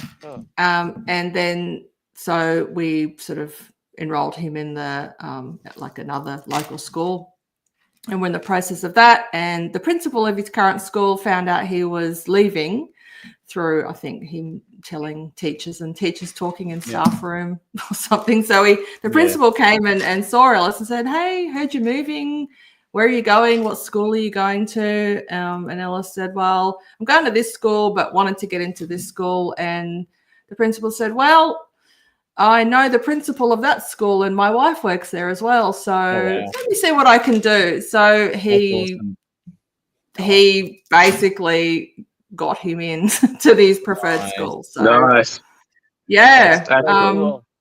So I'm so grateful for him, but I also have to credit Ellis with that, because I don't think he would have put himself out there if he thought Ellis was a shit kid. And that's true. He wouldn't. Yeah, he wouldn't have put his thing forward. Yeah. So, which he's not. I can absolutely say he's proud mum moment. That is trouble. Yeah. So that's my win, and I'm just gonna. Great. Yeah. Awesome. That is cool. Well done to Ellis. Well done to all of you. I'm glad you've got some light at the end of the tunnel at the moment for you, Belle. I know it's been a bit of an up and down ride. So I needed that win. Yeah. All right, Dave, what have you got? I have a bin and a win. A bin, like there's 1 week left for the school term. And Jade's in high school now. She's finished year 7. And a week ago, she officially finished year 7 and started year 8. We never did this back in my day. I don't know if every high school does it, but the last 2 weeks, you're officially in the next year level. Wow, so that's new. We didn't know this was happening. So at the last minute, like, holy fuck, we have to get all next year's books after the fact. Like, we didn't even bother looking at this. Right near but Christmas too. She's officially in year 8 with her year 8 class, her year 8 teachers, and her year 8 subjects. So she's doing year 8 work. She has a test next week where she has to study a whole bunch of shit. The last 2 weeks of high school in every year level was just fucking around to unwind and release all that tension. Now you're preparing for next year. This is fucking crap. And I'm half expecting her to get like an assignment that she has to do over the Christmas holidays. Wow, that's this shit. Is absolute fucking shit. I don't know if it's just her school or every high school now. But yet the last 2 weeks, you're officially in the next year level, which is fucked on every level possible because you're done. Everything you put into finishing up year 7, the last 2 weeks was always just unwinding. And this is it. It's crap. That's stupid. And Yeah, it's stupid. My win is I got asked for ID when I was buying alcohol the other day. How fucking cool is that? Nice. I'm almost Very 44 years flattering. old and I'm being fucking carded. I'm That's almost good, 45. Take that Very- where you can. Very flattering, yeah. Take It that where you is. can, man. That is a win Yeah. every single Mm. day of the week. Fuck yeah. Alrighty. Speaking of alcohol, All right, you go for it. What have you got, Conrad? Okay, I've got a bit of a lag here. I don't know what's like Yep. at your end. I just heard my name. Win or bin? Win or bin, or both. Yeah. Okay. Or Shit. Here we go. Can you hear me okay? We Yeah. can. I don't know if you can Yeah. hear us. Okay. Good. Just one. All right. Yeah. I can hear you a little bit. It's sort of being a bit shit. Anyway, okay, my win. Manowar just announced a show here in London. So Nice. I'm really happy about that. Nice. Enjoy. Yes. I'll be going to that for sure. Awesome. Definitely. Cool. Have fun. Alrighty, Jeff, let's throw to you. Get rid of the technical gremlins and let's throw to you. What do you Phone's got? overheated. Phone's overheated. good, Sorry, guys. It shut All itself. good. Oh. All good, Conrad. See you later. All good, sorry, Conrad. buddy. Thank you for Bye, joining us. Conrad. Sorry, it's not there, but good to see you, man. Thanks for jumping in. I'm glad we had you for the duration. Don't know if you. Yeah, okay. Yeah. Well, send him a message, Jeff. Thank you for us if you could. I will. I will. Thank you, Jeff. Anyway, on that note, what have you got for us this week, man? Yeah, so my bin is for the past like 3 weeks, they've been supposedly coming to do yard works on our house on the back, because we just rent here, so Yeah. and so out back, it's not a big yard, but there's like really high bushes, right? Mm-hmm. And which is really good because it keeps out the fucking. I don't have to look at neighbors; they can't look at Mm. us. So they wanted to come in and fucking chop all that shit down. I'm like, really? Mm. Like fucking just the idea that you get some privacy. Heaven forbid Yeah. that you have some privacy in your backyard. Because I was like, I wasn't going to be able to run around in the nude anymore. I was like, fuck, I was not looking forward to that. So, but no. So anyway, You but do it then here. they come. So yeah. So they were like, they apparently they were quoted to do it. The guys that came today, they finally came. They kept saying, "Oh," they kept messaging me because they were saying, "Oh, we're gonna be there next week." Then next week, come night before. Sorry, it's we got fucking my whatever. My wife's giving birth. I don't know. All these fucking excuses. It's Wow. too hot. It's raining. Sorry. The flat tire. I mean, we just kept getting. I'm like, and I kept saying, we can't fucking plan for this shit. Like every time. So then I'm like, he's like, all right, we're definitely coming next Thursday. I'm like, oh, sure you are. So last night he's like, yep, we'll be there tomorrow. Okay. And I'm thinking, yeah, it just takes one fucking drop of rain and that cunt's fucking gone. He's never showing. And it was drizzling this morning. So I thought, well, you know what? I bet he's not going to show up. But no, he did. He showed up. And he was quoted. Apparently, we found out from the property agent that they were actually quoted $6,000 to fucking trim hedges. What? $6,000, and fucking. So they came to do it, and then they did about half the job, and then he's on the fucking phone, basically bitching and saying, "We can't finish this job." And then he's like, "Well, what do you mean we're not getting paid?" Well, no shit, Sherlock. Yeah. So he's he's like, but we did have it. So apparently the problem was that the hedges are quite high, and they could only go up so high, and if they were to chop any more at the top, all of that shit was going to fall over into the neighbor's yard, and they couldn't do that. So then he's like, I can't finish it. I can't finish it. And everybody's fucking outside yelling, fucking screaming on the fucking phone with the property agent. So I don't know. They basically said, I heard the guy say, pack up your shit. We're out of here. So like, wow. See you later, wanker. So that's my bin. They're fucking. If you're, I'll finish it for a beer. Yeah. I bet I definitely. But the thing is, if you're supposedly a professional company that does this, right? Yeah.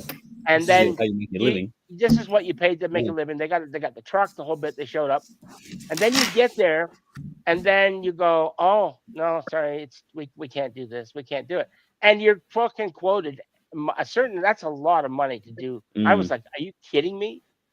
So I don't know if they're gonna get paid. I really don't give a fuck. They didn't finish the job. Doesn't matter. And, it's not their money anyway. So whatever. Yeah. So exactly. So that's my bin. You know, and my win is actually something nice. I am getting better. My leg is on the mend. Yeah. I'm able to sit up longer now without Awesome. without it swelling up to the point where it's like just painful and I can't walk. You sound better than Sunday by a long way, which is good. Yeah. So I'm on all kinds of medication and shit, but you know, it's good. The I think what really fucking mentally did my head in was when I Googled the thing that I've got, which is post-thrombotic syndrome, PTS. I Googled that and I looking at fucking some guy's leg and that. I'm like, fuck that. His leg looked like a fucking a ripe fucking old ripe banana. It was just black. I'm like, there's no fucking way I'm letting my leg go like that. Yeah. So yeah, it was fucking nasty. So I'm like, okay, I'm gonna do everything in my power. So mentally that helps actually, because you're thinking, fuck this. I'm sort of getting out of my depression a bit. It's good. It's quite depressing. And having you find folks, everyone backing me and saying, you know, go Jeff. That's been giving me inspiration to do that. So yeah, you guys are like my family that I don't have here. So it's great. So thank you. All love and Awesome, power to you, Jeff. man. Just keep going. I know it's not easy and rehab sucks the worst, but keep doing what you have to do, man, to get yourself right, healthy, well, and we look forward to 2025 being bigger and better. Oh, absolutely. In so many respects. So yeah. I hate doing segues after things like that, but I got to do it. Okay, I'm going to do a win quickly. This time of year, all right. This time of year it's busy, it's hectic, it's stupid, but it's also a lot of fun. You have to start doing things like putting up your Christmas decorations, and you start thinking ahead to what you can do with time with your family in the downtime. Everything starts to start to wind up. I've nearly finished TV editing already for this year, so I'll be able to start to get into relaxing a bit soon enough, which will be wonderful. We're still going to do some stuff over the break. Don't worry, we're not done, but we're going to just sort of ease back a bit. So just this time of year, how it feels, the good things about it. I know there's a lot of stress and that going on in the world, but try, if you can, wherever you can, to try and focus on the good parts of this year, which is, something to enjoy. Whatever small joy you can get, take it when you can. On that note, a bin, which is, I prefaced at the top of the show by binning Facebook, and I'm going to do it again. The reason is this. I got an email last night from Facebook. Good old Facebook. Meta. Let's see this. So it says, your page, The Hard Rock Show, didn't follow the rules, so it isn't being suggested to other people at the moment. Hi, Andrew. All content on Facebook must comply with our terms of service and community standards. These are our high-level rules, against sexual, violent, profane, or hateful content. In order to qualify for recommendation, either fix these issues or request a review. That was the email I got. So I've gone into Facebook and gone, what the fuck could we have put up on the Hard Rock Show page that triggers an email like that? You know what it was? It was the post we put up 3 weeks ago from last night about polling people which drummer. What? I'm serious. That was the post. I'm serious. Did someone make a comment that was... Because it was, but the thing is that the reason for it is not to do with anything in the email, but because it was widely disliked, apparently. And it comes under things like content farming or click farming or whatever else. I'm like, what the fuck? How do you dislike a Facebook page? Well, yeah, so you can like it, you can't dislike. I don't know, but apparently that post was widely disliked for whatever fucking reason, or was low effort or whatever else. It's like it ties into everything we do every fucking week, and none of our posts were flagged. And even though it says request a review, I had two options. On that post. I could delete the post, or I could remove myself because I posted it as an admin on the page. So what did Those are my two options. Wow. So fuck Facebook. I'm done. Yeah, with that platform. I agree. Yeah, I was done with fucking them AI took ago. over Facebook. Fuck I AI. only go on there. Fuck AI. Facebook used to be fine. Fuck AI. Yep. Because AI has fucked everything. Yep, it's fucked it. So Yeah, there'll be AI can get changes. this fucking bin. It's just there's Just no so good benefits from artificial intelligence. It's just shit. So there's going to be some changes to our social media planning in 2025, folks, just as a quick FYI, because reason for this being, I'll put a post up this, a separate post later on. I lost my personal account of over like 15 years or more. I lost my personal account because you guys know about this behind the scenes. I lost it for no reason. Yeah. I lost it for no reason. I couldn't get an appeal. I lost my personal account. I don't want to lose the entire history of the Hard Rock Show to more administrative bullshit like this. So it's easier to just not post.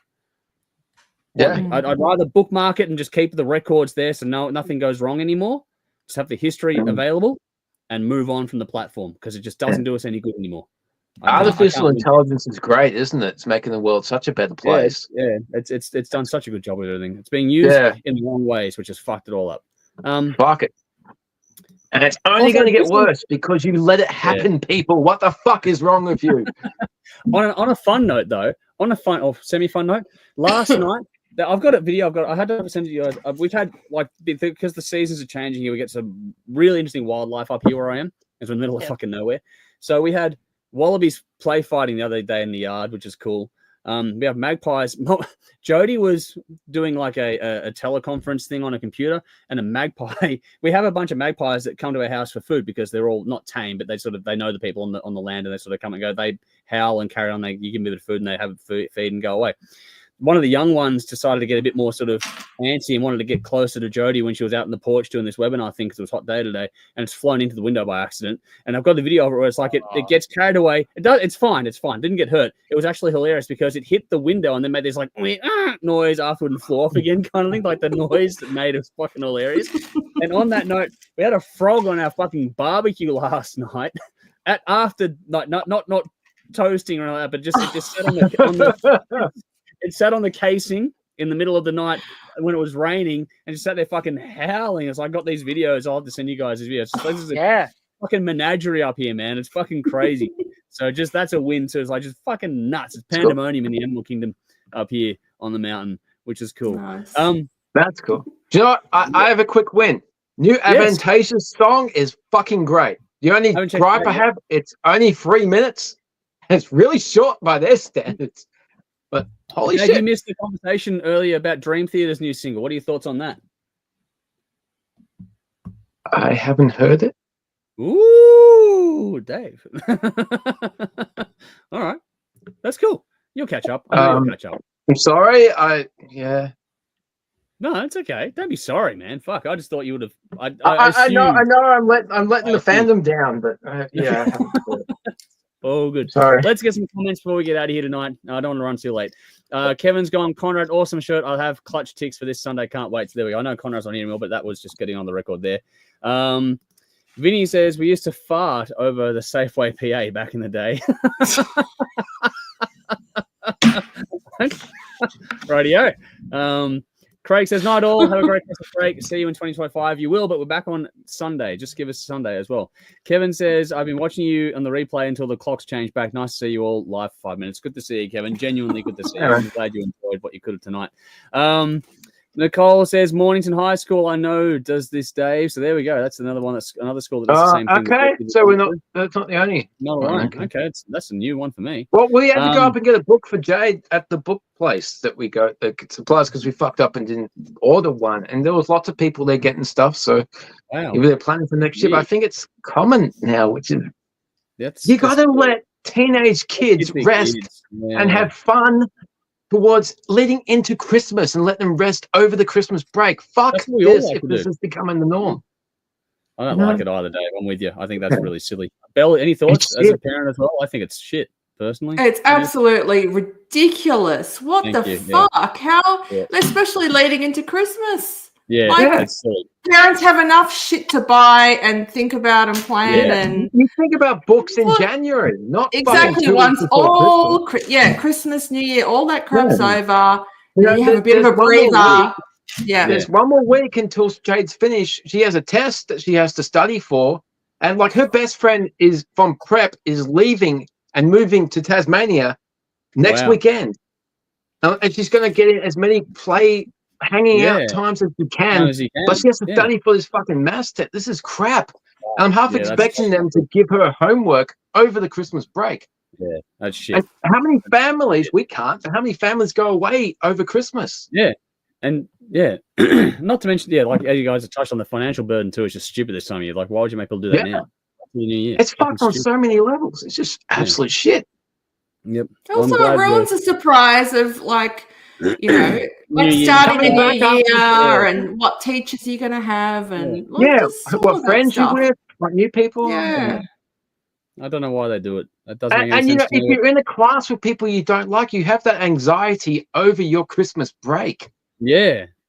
At least give yourself a clean break. If you have teachers you don't like, you don't want to go back to school. Yeah. That's you got Christmas, New Year, January, whatever activities you have. You don't want to have that. Thankfully, she's happy with her class and the teachers and everything, but there might be people around. That's no good at all. I don't know. We'll move on from that, but we agree that it's shit, so we'll put that there on the record for everyone. Hard music, guys. Good to see you. Hopefully keeping well. How's it going? Hey, all. Hope you have a happy Christmas with your families. Likewise to you and yours. Hopefully everyone as well. Vinny says, my bin is currently house hunting. Ow. How little a pittance you can get for under $500,000 here in Melbourne. Yeah, no, I don't envy anyone. Oh, dude, tell me about it. It's fucked. Wayne's gone with you, Jeff, about the positive words about, how things have worked out here. And Wayne also said, THRS is a family and they saved my ass many years ago and I never forgot it and them. Likewise to you, man. Don't forget you saved us as well. That goes two ways.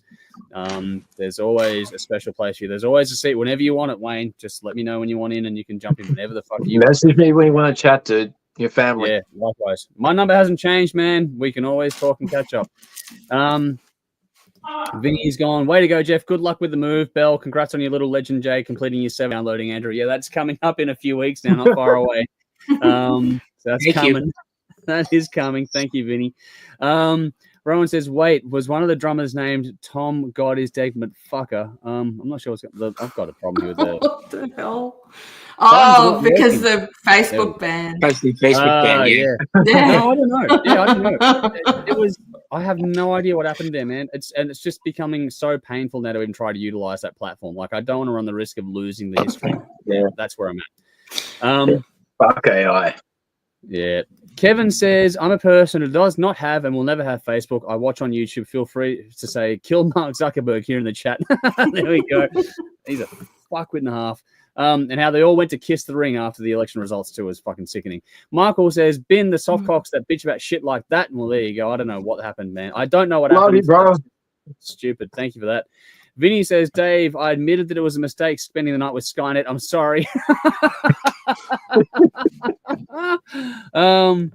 Michael, 2024 in the bin. Hopefully 2025 will be better. Thoughts with you in that case. Dude, I agree. It's been a tough year for a lot of people, and I'm hoping for a lot of people. Fuck it all. Be better. Everything's fucked. Everything is fucked. Yeah. Nicole says, we have to supply a laptop next year that has specific features. Cost is over $2,000. What the fuck is going on out there? Yeah, that's just. So we had to buy Jade a laptop. You could buy it through the high school portal that went to JB, so you got a bit of a discount because it was student, but yeah, you still had to purchase it. This is fucking public education, by the way. Yeah, this is bullshit. And meanwhile, to get political for a second, you got like the top, I don't know what, top 10 at least private schools getting like well over $100 million in funding from the government. Fuck that. Private schools not getting cents of taxpayer dollars at all. Absolute bullshit, man. There's a fucking elite class and it's just right there and you have people over here and then you have people there. There is no fucking mid-ground at all. Yeah. Fuck it. Fuck absolute crap. Yep, agree. Wayne says on more positive notes here, thank you guys. Most welcome right back at you, man. Thank you for everything over the years. And Hard Music says, AI Rise of the Machine, Terminator predicted it. Yeah, we are pretty much there. Alrighty, that'll do it. And the movie's 40 fucking years old and people still embrace this crap. You weren't warned, you weren't raised on this shit, but you're still happy to do it? You're anticipating the human race to do anything intelligent. Anyway, Nicole says, yep, year 10 public school supplied until this year. Wow, that's fucked up. That is fucked up. That just be a thing. What are we doing here? Yeah. Anyway, Kat says, have a good Christmas, guys. See you in 25. Win. I bought myself a car. Yay. Awesome. What a shit show that was, though, but it's done. Stay safe. Likewise. Oh, man. I could be my fucking Jeff knows all about that. Yeah. Enjoy the new car. Yeah. How long do we want to go on? Because I could have a fucking rant, but All right. Let's not. I want to wrap this up. Okay, one part. Now, just bear in mind, yes, we are wrapping. This is the final Thursday for the year. We're going to do one more on Sunday, which will be a live stream out there, which is our top 10s of the year, and that'll be it. Then we're going to go on break for a few weeks. So just keep your eyes and whatever peeled for Sunday, because our top 10s of the year will come live to you all as a special one-off broadcast on a Sunday to the wider public out there as well, to wrap up this year that was 2024. So we look forward to seeing you then if you'll join us. Otherwise, check us out on TV like you do every week, 10:30 p.m. Saturday nights, Channel 31 in Melbourne, 10 p.m. Thursday nights local time, Channel 44 Adelaide, both in local time in their respective regions. If you miss anything, check out the description box for links to us, links to everything else, and reference tracks and all that sort of stuff as well, unless you're on Facebook, because it's a shit platform. The reason for the bin at the start of the show was because I could not have more than 10 links in the description post, and I've been doing that for fucking months and months and months, but now today I couldn't do more than what I normally do. So I had to edit the description on the fly for Facebook. So that's great. Yep. And Okay. so I'm just done with Facebook. I hope you guys don't blame me, but fuck that platform. Fuck it all. Fuck it. We're going to focus on YouTube and Discord in 2025, I think, folks. That's going to be about it. Do it. Fucking just leave. Yeah. But that's about it. So yeah, live stream coming on Thursday. We got the silly season coming up for TV now. It's all getting into the fun part of the year. So this is it. We'll see you all again Sunday for one more go around this year. Nicole says, have a great Christmas. So likewise to you. If we don't see you between now and Christmas, have a great Christmas, a happy and safe New Year as well. We look forward to everyone being happy, healthy, well, everything going to plan in 2025. And let's make together 2025 a year that's a hell of a lot of fun and one worth remembering for all the right reasons out there that we can. Until next time, though, thank you to Conrad, who unfortunately couldn't make it to the end because his phone overheated, as always. But good to see him. I'm glad Conrad jumped in. So thank you to Conrad. Thank you to Jeff underneath me on the screen there, even though he had to change devices halfway through as well. It's good to have Jeff here. I'm glad you're feeling better. Dave, good to see you as always. You know how much I love you, man. So it's great to have you here.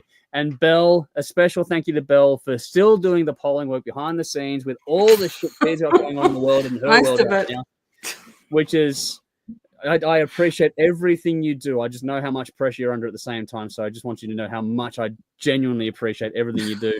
No matter how much you can or can't, I appreciate every moment you spend with us here, especially everything you've done. So love you to bits. Love you all to bits. We'll see you on Sunday for one more session for the year. But until then, I'm Andrew. You know what to do, folks. Look after yourselves. We'll see you very soon. Until next time, as always, drink up. Drink up. Rock on. Merry Christmas! Merry Christmas. Fuck it all. See you Sunday. Everything's fucked.